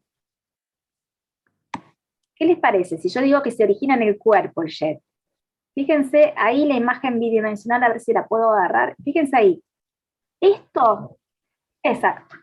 Este paciente había tenido endocardititis infecciosa y perforó la válvula anterior de la válvula mitral. Quedó con esta insuficiencia severísima, que es transvalvar, no es transvalvular, es a través de la valva, ¿sí? Fíjense, tremendo, pero una imagen hermosa. No se ve habitualmente esto, pero bueno, en complicaciones de endocardititis infecciosa sí, ¿sí? Pero entonces, el Doppler color rápidamente también permite ver el origen y por lo tanto inferir el mecanismo. Una perforación habitualmente es endocardititis infecciosa. No hay muchas causas que llevan a la perforación de la válvula, ¿sí? Hemos tenido pacientes que por ahí como complicación de la cirugía, porque la perforaron con la cirugía, pero lo más frecuente es una complicación infecciosa. Ahora vamos a pasar. Entonces, lo que les decía antes, ante un jet de insuficiencia tenemos tres componentes. El flujo de convergencia, que es el que nos permite hacer algunas fórmulas también para cuantificar el grado de insuficiencia. No lo usamos de rutina, porque todo lo que es fórmula, la verdad, que tiene mucho potencial de error también. Entonces, si uno puede definirlo sin utilizar muchas fórmulas, es mejor. Pero, tengan el concepto que cuanto más severa es la insuficiencia, ese flujo de convergencia proximal a la insuficiencia va a ser mayor. Es como que se genera un casquito arriba de donde va a empezar, es como si fuese cuando uno, ¿cómo explicarle? Cuando uno desagota una pileta y queda la parte final, está la parte del desagüe y se le forma todo un casquetito arriba, bueno, eso sería el flujo de convergencia proximal a la zona más chiquitita por donde va a pasar el flujo. Y el área, tengan en cuenta que todas estas cuestiones están influenciadas, por ejemplo, por la presión sistólica del paciente. Si yo evalúo al paciente hipotenso, posiblemente todas estas valoraciones del color van a ser menos llamativas que si está hipertenso, y uno puede llegar a subestimar el grado de insuficiencia o sobreestimarla en base a la presión. Uno debería siempre evaluarlos teniendo en cuenta la presión sistólica del paciente. Y tengamos en cuenta que todo lo que deriva del Doppler color sirve para estimar la severidad de la valvulopatía, pero siempre que los flujos sean holosistólicos, porque si el flujo es proto, por más que sea grande, no va a tener el mismo grado de severidad que si el flujo es holo. Esta es una forma de ver en qué fase del ciclo se ve la insuficiencia. Es ponerle el modo M, ese rudimentario modo M que usábamos para medir el ventrículo, se lo ponemos encima del jet. Y uno tiene en el tiempo la visualización de lo que dura la insuficiencia. En este caso es holosistólica, pero en este caso es telesistólica, en este caso es proto. Obviamente que cualquier cosa que yo vea en el color no va a ser lo mismo si es holo, que ahí sí va a ser severo, que si es proto o tele. Concepto que tengan, pero no se eternizan. Este era el mismo paciente anterior, fíjense, perforada la válvula anterior y la puedo ver en las otras vistas. Esta en un momento se hace como un eje corto y permite ver cómo en la válvula anterior, acá está la válvula posterior, está perforadita ahí.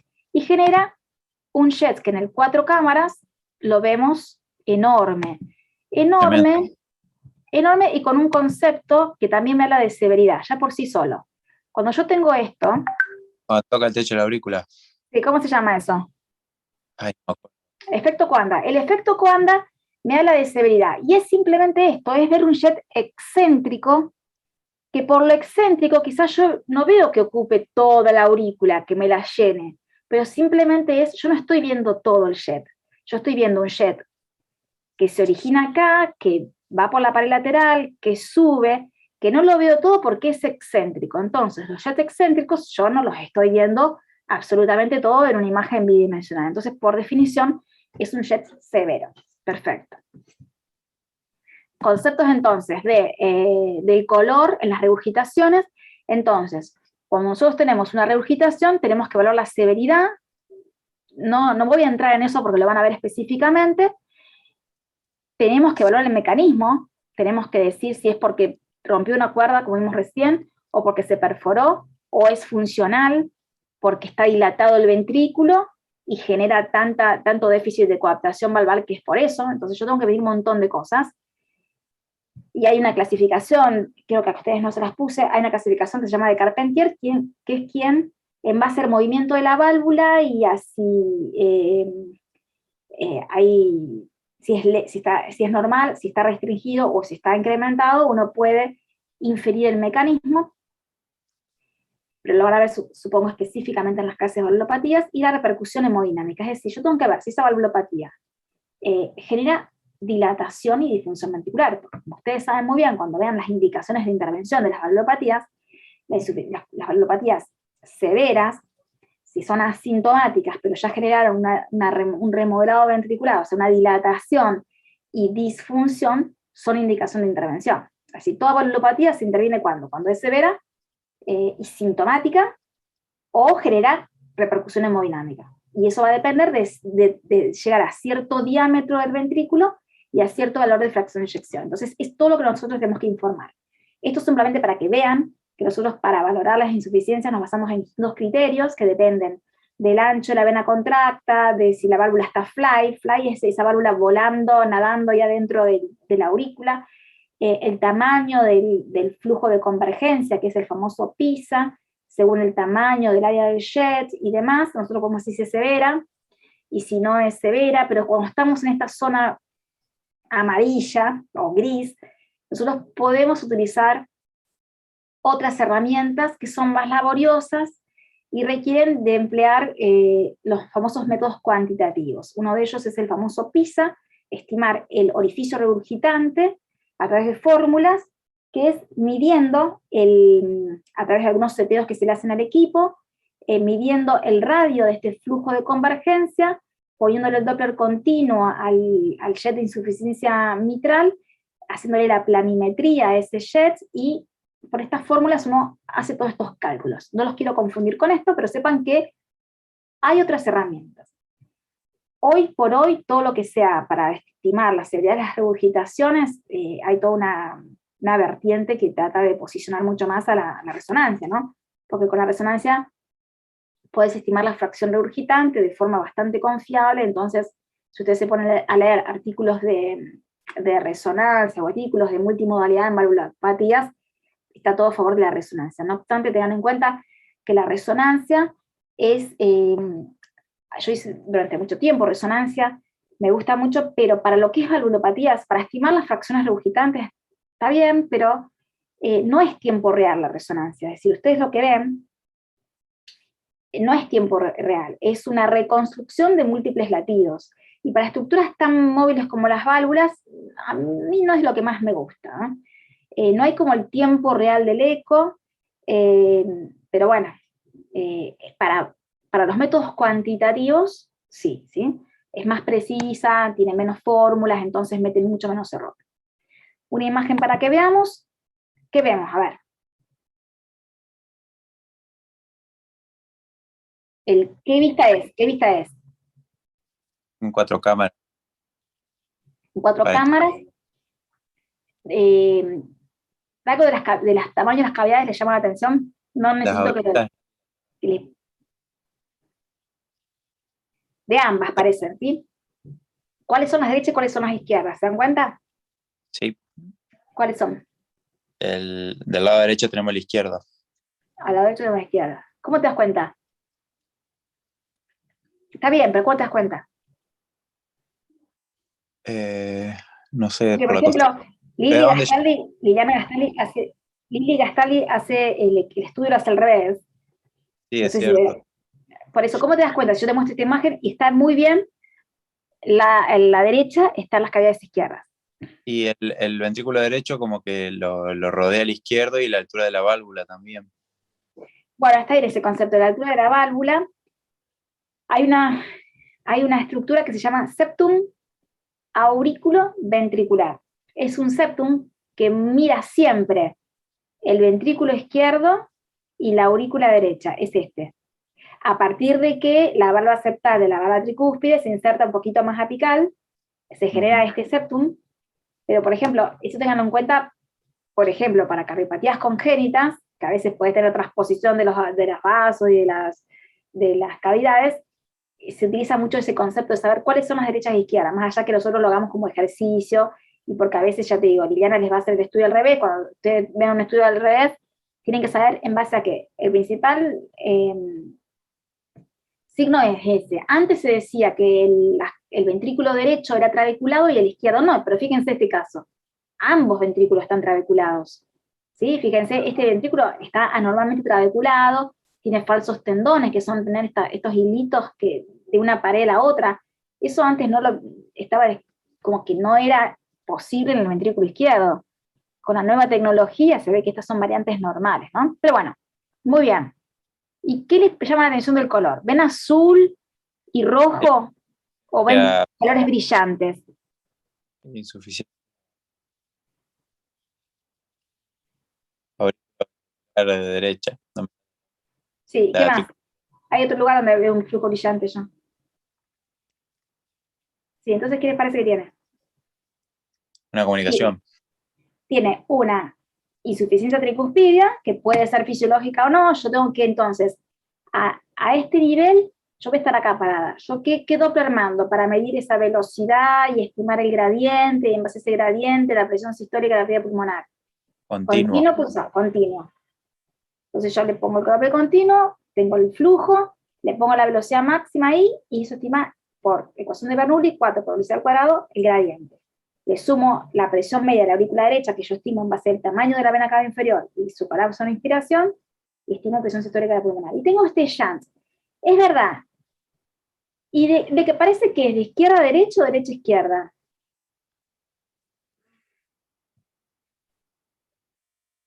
Parece, está acostado, ¿no? Entonces, Parece parece que derecha, es de acá para acá, porque lo veo que entra. Parece sí. un shunt de izquierda a derecha. Todo shunt de izquierda a derecha es una CIA. ¿Sí?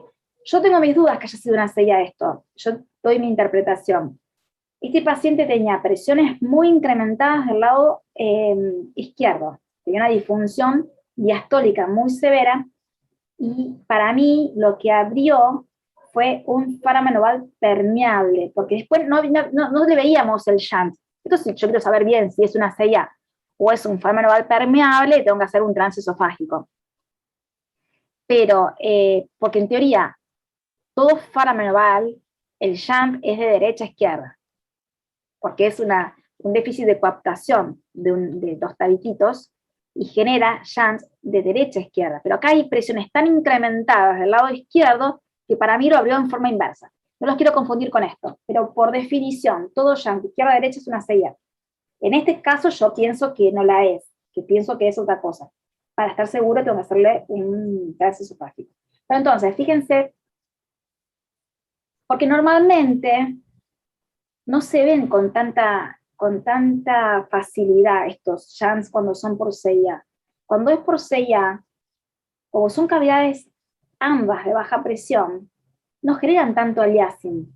generan flujos que pasan izquierda a derecha, pero no tan brillantes. Por eso yo pienso que es una cosa tan finita, que no los quiero confundir, al margen de eso. Olvídense. Esto para demostrarles que las cosas extremas de leve jet de insuficiencia mitral, severo jet de insuficiencia mitral indiscutible, y un severo jet excéntrico, lo que veíamos antes, el fenómeno de efecto Corner. No sé por qué me pareció nuevo el paciente anterior, no quiere, ya está. Pero sin el Doppler, pero fíjense si la trabeculación, ¿no? Este paciente que no me acuerdo que tenía, pero...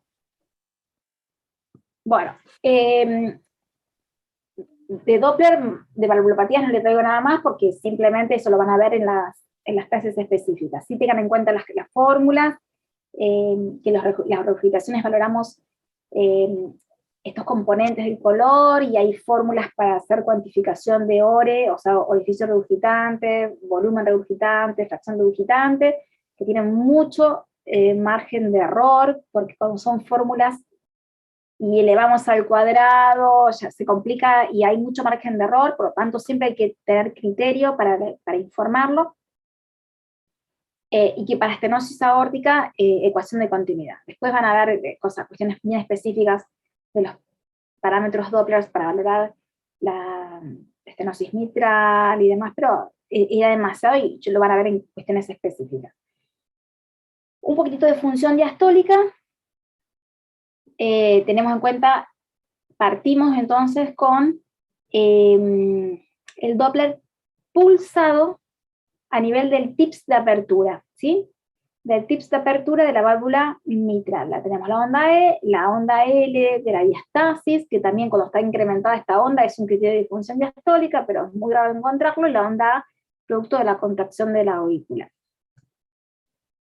Nosotros para estimar entonces función diastólica hacemos un Doppler pulsado a nivel de la válvula mitral, como dijimos recién, obtenemos este flujo, ¿no? Onda E y onda A, y colocamos el Doppler pulsado, el Doppler tisular, a nivel del anillo septal, y deberíamos colocarlo a nivel del lateral, porque tenemos que hacer un promedio, y obtenemos la onda E y la onda A. Entonces, una vez que nosotros al equipo le cargamos la onda E, y le cargamos esta onda E, nos va a sacar el promedio. Pero bueno, para ver si el paciente tiene disfunción diastólica, nos basamos no solo en el valor absoluto de la onda E, que tiene que ser normalmente mayor a 7 a nivel del septum, o mayor a 10 a nivel lateral, de la relación que hay entre estas dos ondas E, sino de otros parámetros que también nos dicen de la disfunción diastólica.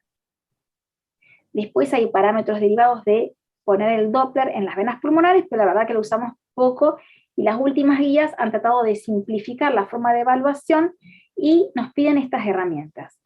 El Doppler pulsado a nivel mitral, el Doppler tisular a nivel septal y lateral, valorar el volumen de la aurícula izquierda, sabiendo que el valor máximo normal es de 34 mililitros por metro cuadrado, y valorar la velocidad máxima del jet de insuficiencia tricuspidia. ¿Por qué se incluye esto dentro de la valoración de la función diastólica del ventrículo izquierdo? Porque siempre que hay disfunción diastólica del ventrículo izquierdo con presiones de llenado aumentadas, vamos a tener, por efecto retrógrado, una hipertensión pulmonar secundaria de esa falla izquierda, ¿sí?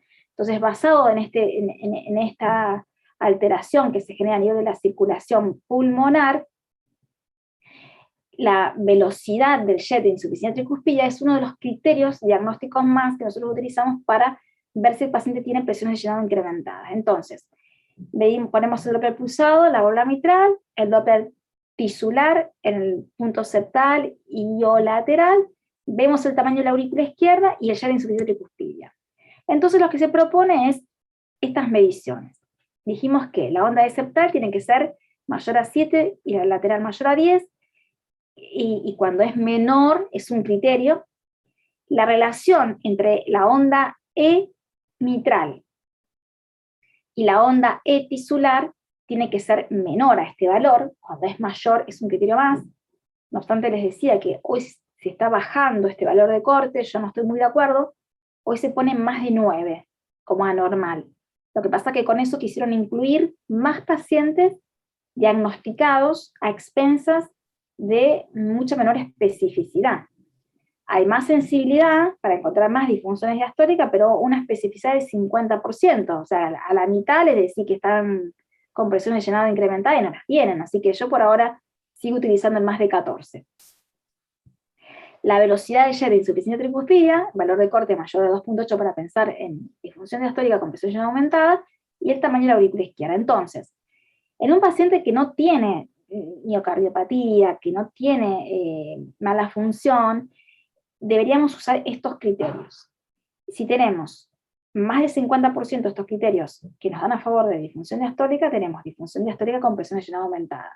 Si tenemos menos de 50, o sea, si tenemos menos de 2 de estos, no la tiene. Y si estamos en el medio, estamos en el indeterminado. ¿Cuál es el indeterminado? El del medio. Este es el algoritmo que utilizamos en los pacientes que nos entran en el medio o que tienen disfunción ventricular o tienen una cardiopatía. O sea, que entran la mayoría. Y entonces en la mayoría nosotros nos basamos en, primero, el Doppler mitral. ¿Sí? O sea, los que no tienen cardiopatía, para evaluar la función diastólica, usamos la relación EE', la E tisular, el volumen de la aurícula y el Sher de insuficiencia tricuspidia.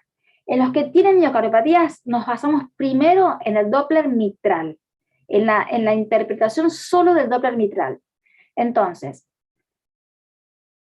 estos son todos grados de disfunción, porque normalmente tenemos una onda E mayor que la onda A, pero en este caso la tenemos en el medio porque posiblemente sea un pseudonormal. Si yo tengo una onda E, esto es un gran capítulo, función diastólica. Estamos queriendo entenderlo en poquitas cosas y quizás es complicado. Este es un grado de disfunción diastólica, pero ¿por qué acá lo ponemos acá y en verde? Porque este grado de disfunción diastólica que hablábamos antes, cuando está invertida la relación, si tiene ciertas características, es una alteración de la relajación del ventrículo izquierdo, que podría ser normal a partir de los 60 años, pero que no tiene presiones de llenado incrementadas. Y es la patente que cuando yo la veo, y estoy viendo un paciente que ustedes piensan que tiene insuficiencia cardíaca, yo me quedo tranquila que no tiene insuficiencia cardíaca. Porque es una disfunción diastólica grado 1, que cuando tiene ciertas características, que son estas, que la relación sea menor a 0,8 y que esta onda E sea menor a 0,5, me está diciendo que las presiones de llenado son normales, o sea, no tiene wedge alta. Lamentablemente, no siempre tiene estas características. Capaz que está invertida, pero la onda E me da 0,8 y tengo que emplear entonces estas cuestiones. ¿Ves? Es esta, por ejemplo. Nosotros la vemos invertida, pero ¿qué pasa? Esta onda E tiene más de 0,5. Entonces ya me entra en el medio donde yo tengo que volver a utilizar todas las otras herramientas. Si tengo esta característica, me quedo re tranquila. Vemos muchos pacientes, son pacientes que tienen miocardiopatías dilatadas, que están recontra bien controlados, están totalmente asintomáticos, están hasta demasiado secos, y le haces esta patente que cuando te da menos de 0,5 esto, y esta relación, que la relación te la va a dar el equipo, cuando vos medís la onda E y medís la onda A, te hace la relación, y si te da la relación te da menos 0,8, listo. Alteración de la relajación del BI, sin presiones de llenado incrementadas. Ahora, la gran mayoría te entran acá. Si tengo esta patente, onda E bien alta, con onda A bien bajita, que por lo tanto la relación entre la E y la A me da mayor a 2, y si yo le miro algunas cositas más va a tener, como va a ser una desaceleración muy pronunciada, va a ser una onda bien empinada, es la famosa patente restrictiva, que también me soluciona trabajo, pero me dice que este paciente tiene presiones de llenado incrementadas, es la disfunción diastólica severa. Patente restrictiva. Este paciente hay que sacarle líquido, hay que mejorarlo. Ahora, la mayoría de los pacientes nos van a dar o esta patente A invertida, pero que la relación no es menor a 0,8, capaz que es 0,9, o esta onda E es mayor a 0,5, como yo le decía antes, 0,8, o nos da una patente que a simple vista parece normal, pero nosotros decimos, no puede ser nunca una patente normal en alguien que tiene hipertrofia, miocardiopatía dilatada, nunca va a ser normal. Si se la ponemos normal, mentimos, a menos que le hayamos hecho todo esto y dijimos, no, es súper normal. Como me preguntaban el otro día, Tengo un paciente que sospecho que tiene un corazón de atleta, me da hipertrófico, bueno, yo le tengo que evaluar esto.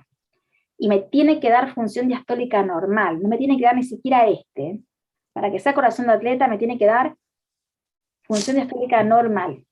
Onda E mayor que onda A, y el tisular me tiene que dar normal, ¿sí? Una onda E septal mayor a 0,7, la lateral mayor a 10, la relación E' me tiene que dar menor a 14. Ahí sí iría menor a 9, ¿sí?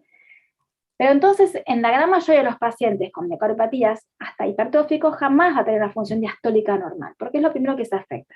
Entonces tengo este escenario. Pero evalúo lo mismo.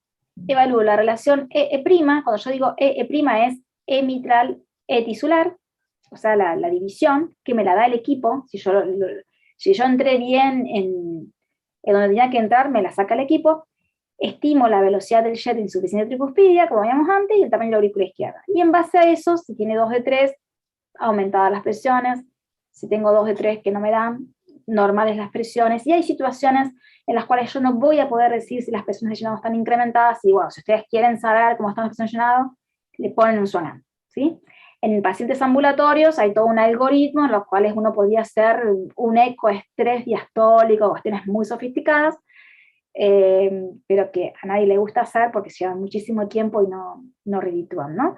Pero hay un montón hay lindos algoritmos en los pacientes en los cuales uno no puede establecer la función diastólica en base a estos criterios. Sabiendo siempre que el gol estándar para esto es el cateterismo, ¿sí? O sea, poner un catéter Swan-Ganz. Fíjense que nosotros podemos hacer monitoreo hemodinámico con el eco, si tenemos buena calidad. Con lo que veíamos recién, estimamos presiones de llenado, ¿sí?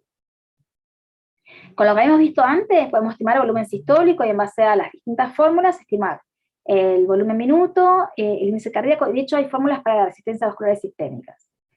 Y con el jet de insuficiencia tricuspidia, dijimos que podíamos estimar la presión sistólica de la pulmonar. Si yo le hago la velocidad máxima, ecuación de Bernoulli, me estima el gradiente, le sumo la aurícula, me da presión sistólica. Pero si yo le hago el BTI, es decir, toda la planimetría de todo el flujo de insuficiencia tricuspidia, puedo obtener, y con lo mismo, más la aurícula derecha, la presión media.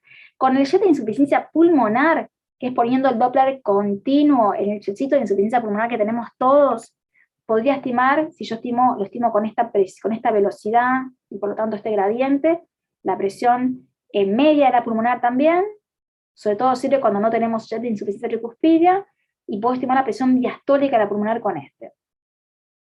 Y con la vena cava inferior, como hablábamos antes, puedo estimar la presión media de la aurícula derecha. Si tiene un diámetro menor a 21 y colapsa más de 50, le estimo en 3. Si tiene un tamaño mayor a 21 y colapsa menos del 50, o es menor a 21 y colapsa más del 50, le estimo en 8, y si está dilatada y no colapsa, le estimo en 15. Pero bueno, eso después les dejo las fotitos para que lo tengan en mente.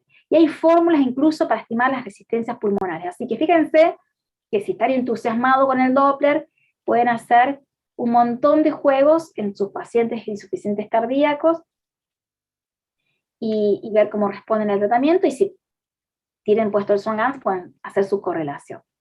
Así que tienen para divertirse. Algunas palabras de trance esofágico, que por cuestión de tiempo vamos a ver, porque creo que ya son las 9. Algunas cosas de trance esofágico. Ustedes saben que usamos un transductor que es distinto, que es como un endoscopio, que además de ser como un endoscopio, en la punta tiene el emisor de ultrasonido, y tenemos distintos movimientos a partir del cual nosotros podemos ir adquiriendo las distintas vistas. Tenemos la posibilidad de introducirlo, de rotarlo, de antiflexionarlo, de flexionarlo para la izquierda y para la derecha, y en base a los movimientos que nosotros adquiramos, obtenemos las distintas imágenes. ¿Para qué sirve?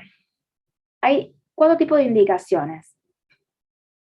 Para la evaluación de estructura y función del corazón y de la aorta, en situaciones en las que los hallazgos nos van a alterar el tratamiento, o sea, cuando vamos a tomar conducta en base a eso, y tenemos un eco transtorácico no diagnóstico, o cuando ya nos anticipamos que el eco transtorácico va a ser no diagnóstico. No obstante, siempre tratamos de hacer primero un transtorácico.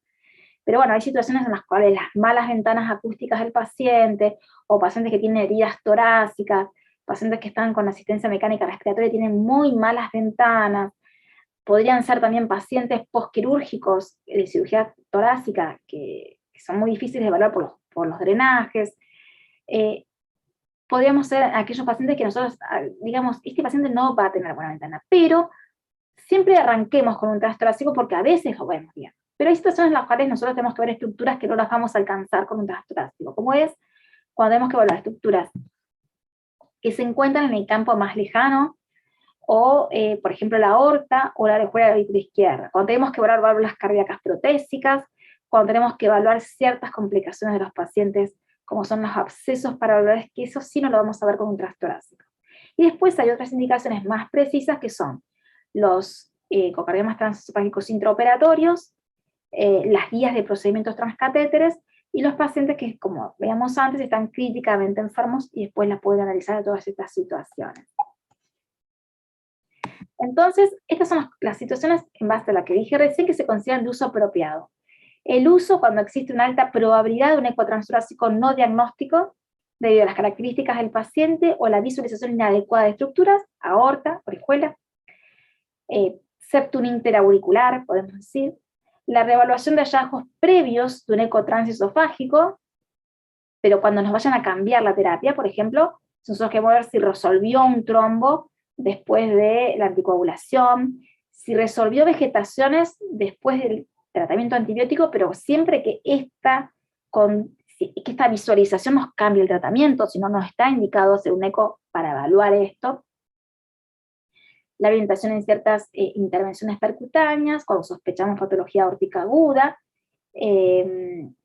para evaluar estructura y función valvular, para ver si se puede hacer una reparación, por ejemplo, o para planificar alguna intervención específica, para diagnosticar endocarditis infecciosa con una probabilidad previa alta o moderada, es decir, ¿cuándo vamos a pedirlo? Cuando nosotros sospechamos con alta probabilidad que tiene una endocarditis, no ante una fibra transitoria o ante una bacterina por un germen que no produce endocarditis.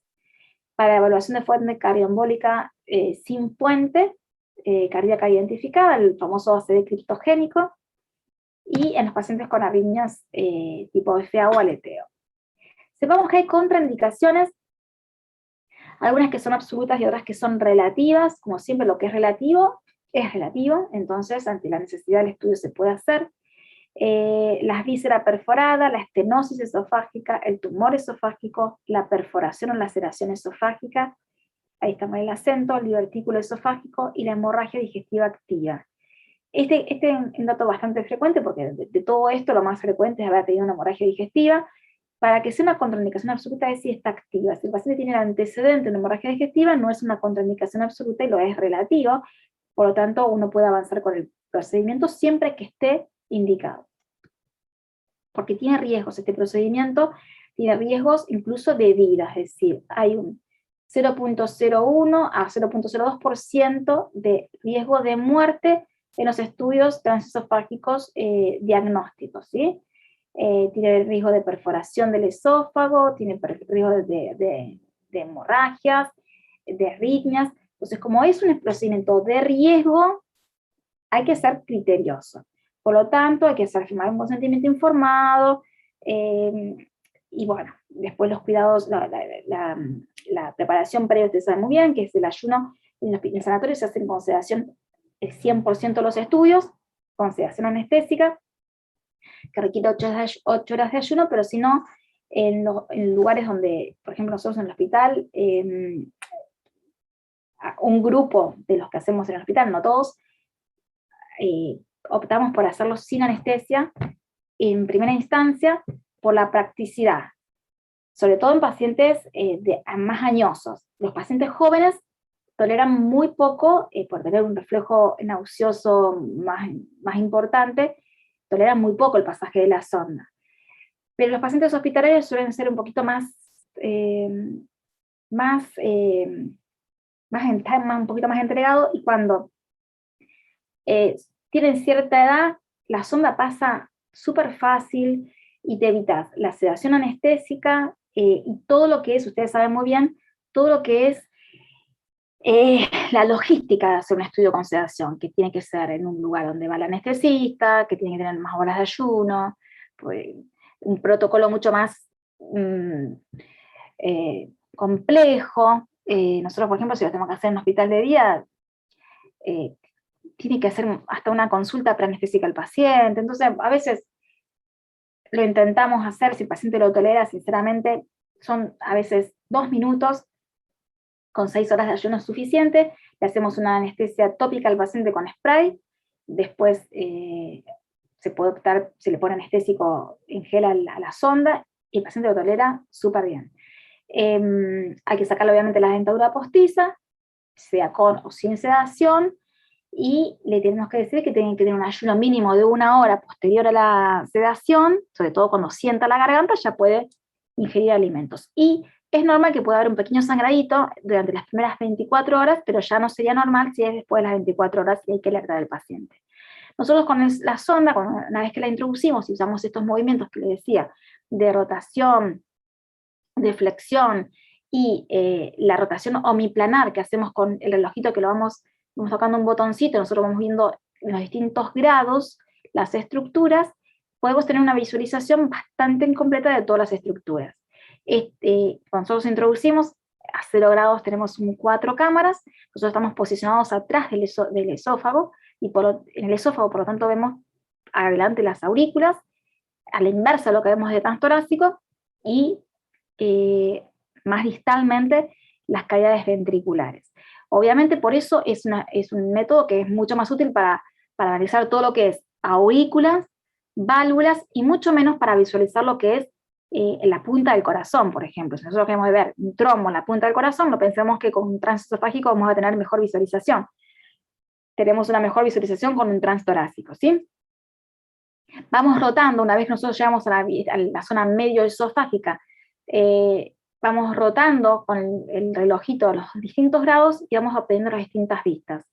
Estas son 2 cámaras, esto es una vista a 120 grados para ver la raíz de la aorta y la válvula mitral.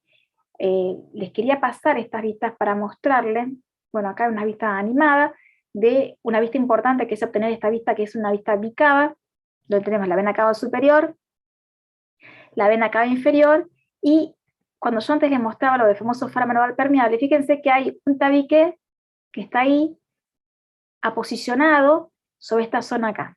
Ese es el foramen oval permeable, cuando está separadita de esa zona.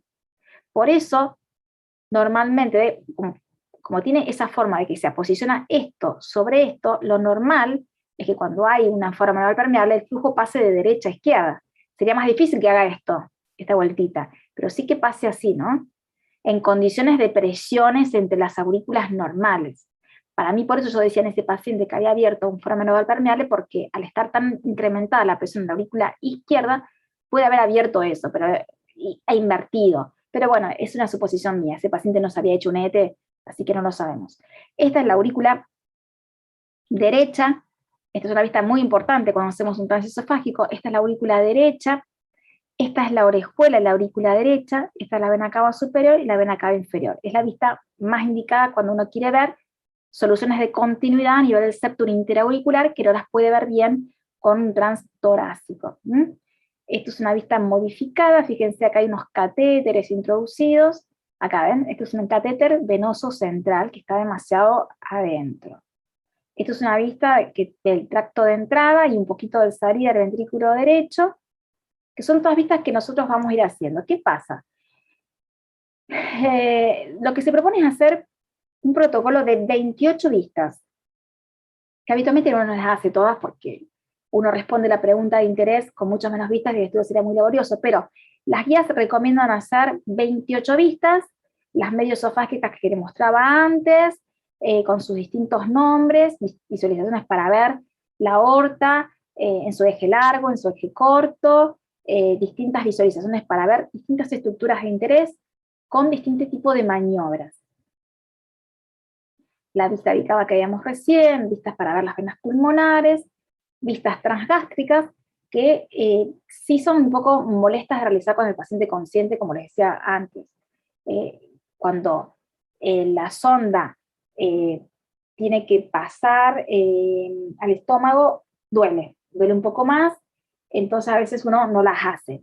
Pero son vistas más que nada para ver el ventrículo. Por lo tanto, habitualmente la pregunta de interés que uno tiene que responder con un transesofágico no necesita hacer visualizaciones transgástricas porque son para ver más que nada el ventrículo, y eso habitualmente uno lo responde bien desde un transtorácico, a menos que haya sido un estudio por mala ventana, ¿no?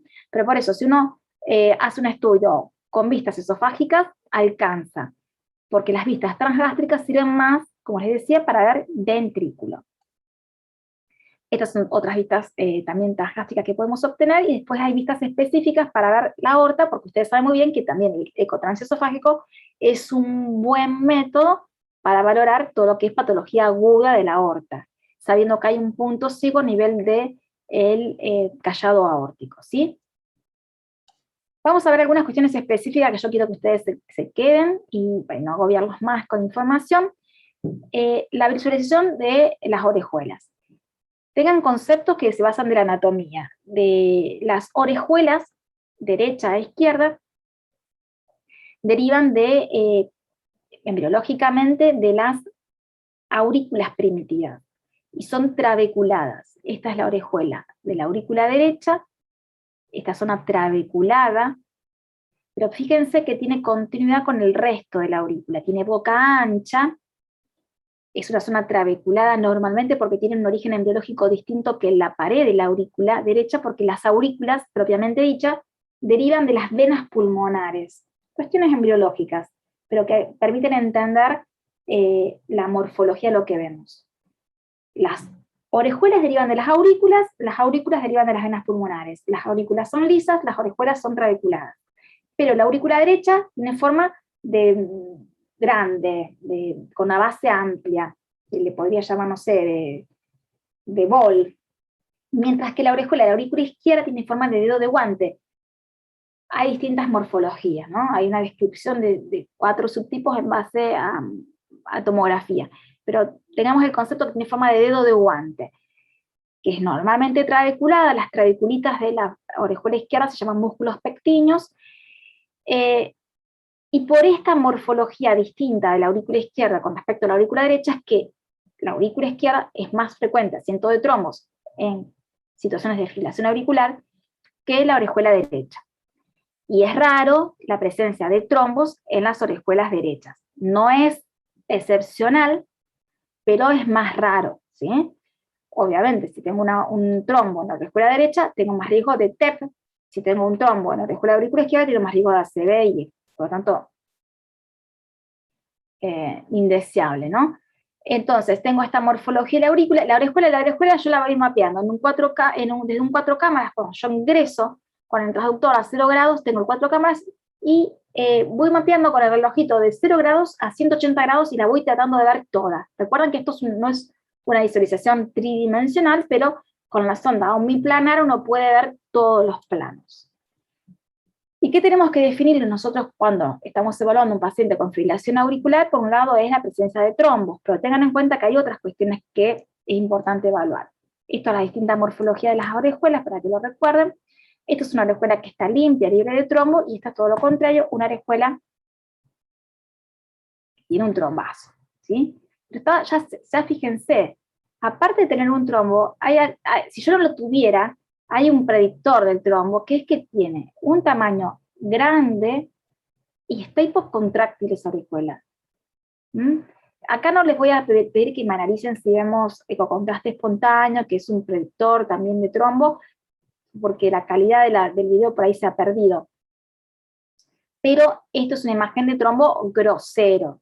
A veces uno tiene que tratar de definirlo dentro de situaciones más complejas. Pero también nosotros tenemos que tratar de definir si lo que vemos a veces es un músculo pectíneo o un trombo. Esto no hay duda, ¿sí? Pero a veces es más difícil. Hay algunos otros predictores de que hay un trombo, que es cuando tenemos una orejuela grande, una orejuela hipocontráctil, o una orejuela con ecogenicidad sanguínea espontánea importante. Hay una clasificación de la ecogenicidad sanguínea espontánea en distintos grados, que es bastante viejita, que es según si la ecogenicidad es mínima, es decir, la ecogenicidad sanguínea espontánea es de ese flujo lento, que nosotros llamamos humo, que es simplemente tener los glóbulos rojos más lento, ¿no? Por el flujo turbulento que se genera cuando hay éxtasis sanguíneo. Y sucede cuando hay una fibrilación auricular, sobre todo con disfunción de esa orejuela, ¿no? Entonces, según si el ecocontraste lo vemos solo en la orejuela o en la orejuela y en la aurícula, y según la densidad, o sea, según la turbulencia de ese contraste, lo valoramos en leve, leve a moderado, moderado severo. Y se cree que cuando uno tiene ecogenicidad sanguínea espontánea y uno anticoagula al paciente, eso no resuelve con la anticoagulación, porque eso está hablando más que nada de la disfunción de esa orejuela, no de que haya un trombo. Lo que sí es predictor de trombo, y que tiene casi el mismo riesgo que encontrar un trombo, es el slash, o que es la traducción del lodo, que es cuando tenemos un ecocontraste tan denso que se lo define como una ecogenicidad multicapa, dinámica, que afecta todo el ciclo cardíaco, sin bordes netos. No vemos algo sólido, pero vemos algo que se está moviendo adentro de esa orejuela. Eso lo llamamos slash, y se ha demostrado que, así como el trombo, se puede eliminar con la anticoagulación adecuada, por lo tanto es un predictor de que pueda haber un trombo, y que es predictor de independiente de eventos embólicos y muerte por todas las causas. Entonces, encontrar solo slash, cuando solo escribimos slash, aunque no describamos la presencia de trombo, sería una contraindicación para la cardioversión porque es prácticamente lo mismo, ¿sí? Además de demostrar la presencia de trombo o del ecocontraste espontáneo o del slash, evaluamos el funcionamiento de esa orejuela. Para evaluar el funcionamiento, le ponemos el Doppler pulsado en el origen de esa orejuela, y en ritmo sinusal tenemos distintas ondas que no las tenemos en ritmo de fibrilación auricular. En ritmo de fibrilación auricular tenemos un serrucho, se le llama en dientes de sierra, y tenemos que evaluar esta velocidad, ¿sí? Normalmente en fibrilación auricular tener una buena velocidad es tener más de 20-25. Si yo tengo menos de 20-25, y las probabilidades de que esa fibrilación auricular recurra son altas, ¿sí? En sinusal tener una buena velocidad es tener más de 40. Cuando es más baja, hay probabilidades de tener fibrilación auricular, ¿sí? Otras aplicaciones que de la endocarditis, como ustedes, del eco transesofágico, obviamente cuando tenemos que evaluar, es muy mala la imagen, porque es un video muy casero, no es la imagen del ecógrafo. Cuando tenemos que evaluar pacientes con endocarditis, no solo para demostrar la presencia de la vegetación, porque a veces la vemos de transtorácico, sino hay que saber que sirve más que nada para demostrar las complicaciones, por ejemplo, complicaciones asociadas al anillo. En las endocarditis aórticas, y si nosotros hacemos diagnóstico por transtorácico, que muchas veces lo hacemos, y si tenemos una buena visualización nos quedamos tranquilos, pero la endocarditis aórtica suele complicarse con complicaciones perivalvulares, es decir, abscesos del anillo, que no las vemos con transtorácico. Entonces, estamos obligados a seguir con un transesofágico. Ante la sospecha de endocarditis, fíjense que a pesar de que tengamos diagnóstico con eco transtorácico, tenemos que avanzar con un eco transesofágico, mal que nos pese, a menos que sea una endocarditis derecha, aislada, en válvula nativa, y que tenga un eco transtorácico de buena calidad, ¿sí? Si no, siempre tenemos que avanzar por las posibles complicaciones. ¿Qué tenemos que informar nosotros del eco? Ya sea de transtorácico o transesofágico, en cuanto a las vegetaciones, el número, dónde asientan, por supuesto, el grado de movilidad y el tamaño, que ustedes saben que es un predictor de eventos embólicos. Entonces, de las vegetaciones informamos eso. Nos permite también agregar funcionamiento de la válvula, pero que también posiblemente lo podamos haber hecho con transtorácico, y en las endocarditis aórticas evaluar el anillo. Este es otro caso de una endocarditis aórtica mitral, perdón, en la valva posterior de la válvula mitral, y lo que nosotros cuando evaluamos, en este caso no nos trajo una endocarditis aórtica, pero cuando evaluamos complicaciones a nivel del anillo, es medir básicamente este espesor. Cuando nosotros tenemos un absceso del anillo, a este nivel tenemos todo un engrosamiento, y esa zona puede a veces drenarse y generar un pseudoaneurisma, y son todos criterios que obligan a la intervención quirúrgica urgente. Urgente es dentro de los 7 días, ¿sí? Entonces, por eso es que en una endocarditis aórtica es indicación de un eco transesofágico lo más rápido posible, mientras que una endocarditis mitral, cuando uno la puede visualizar bien, ve el mecanismo, estima el grado de disfunción, uno puede por ahí ser más cauto o esperar la evolución clínica del paciente. En fuente cardioembólica, alguna cuestión la hablamos con el tema de la fibrilación auricular. En quienes pensamos que tenemos que hacer un ecotransesofágico para buscar la fuente cardioembólica cuando tenemos una serie de criptogénicos, es decir, que no le encontramos una causa en menores de 45 años, embolias periféricas en miembros, esplénicas, esplénica, que pensamos que puede ser, por ejemplo, también endocarditis, y cuando tenemos otra ausencia de otras fuentes. ¿Y qué tenemos que ver? Básicamente, orejuela, arco aórtico y aorta descendente, obviamente descartar que no sea lo que ha embolizado una vegetación, y evaluar el foramen oval permeable, que puede ser causa de embolias paradójicas. Ustedes saben muy bien que si nosotros tenemos una trombosis venosa profunda, en vez de generar una embolia pulmonar, si yo tengo un foramen oval permeable, puedo llegar a generar una ACD paradojal, ¿sí? Una embolia paradojal. Esto si bien es controvertido, hace poquito hicimos una actualización en el hospital a propósito de unos casos, donde no hace falta tener la trombosis venosa profunda, que si nosotros tenemos un foramen oval permeable con ciertos criterios de riesgo, que es como es muy amplio, o con mucho cortocircuito de derecha a izquierda, sin tener demostrado el foco de que embolizó, podemos pensar que es la causa del accidente cerebrovascular. Hay controversia en cuanto al tratamiento, pero a veces son indicación de cierre del foramen oval. Y para terminar, para no abrumarlos porque ya es tardísimo, ¿cuándo es innecesario? Bueno, muchas situaciones, pero cuando pensamos pedirle un ET control, por ejemplo, de algo que no nos va a cambiar la terapéutica, tenemos en cuenta que tiene riesgos, estudio. Por ejemplo, trombos en la orejuela, si nosotros no pensamos cardiovertir un paciente, no lo busquemos, ya lo tenía, el paciente tiene que seguir anticoagulado. Perdón. Para evaluar el tamaño de una vegetación, si no nos va a cambiar la conducta, tampoco estaría indicado. Cuando hay baja probabilidad de endocarditis, fiebre transitoria, foco alternativo, cultivos negativos, gérmenes atípicos, y una fibrilación auricular en la cual se ha decidido no cardiovertir, o que se revirtió sola, sería una indicación no apropiada. Hay muchísimas aplicaciones más que ustedes tienen que saber que existen, pero que bueno, son muy específicas, por ejemplo, todos los monitores de procedimientos, valoración de patología de aorta, pero bueno, son todos temas muy específicos. Ustedes tienen que saber para qué sirve, y después tendrían que tener un estudio de cada situación, porque todo tiene su complejidad y son todos temas muy extensos. Así que como primer abordaje me parece suficiente, y después ustedes, si quieren, me hacen las consultas que quieran.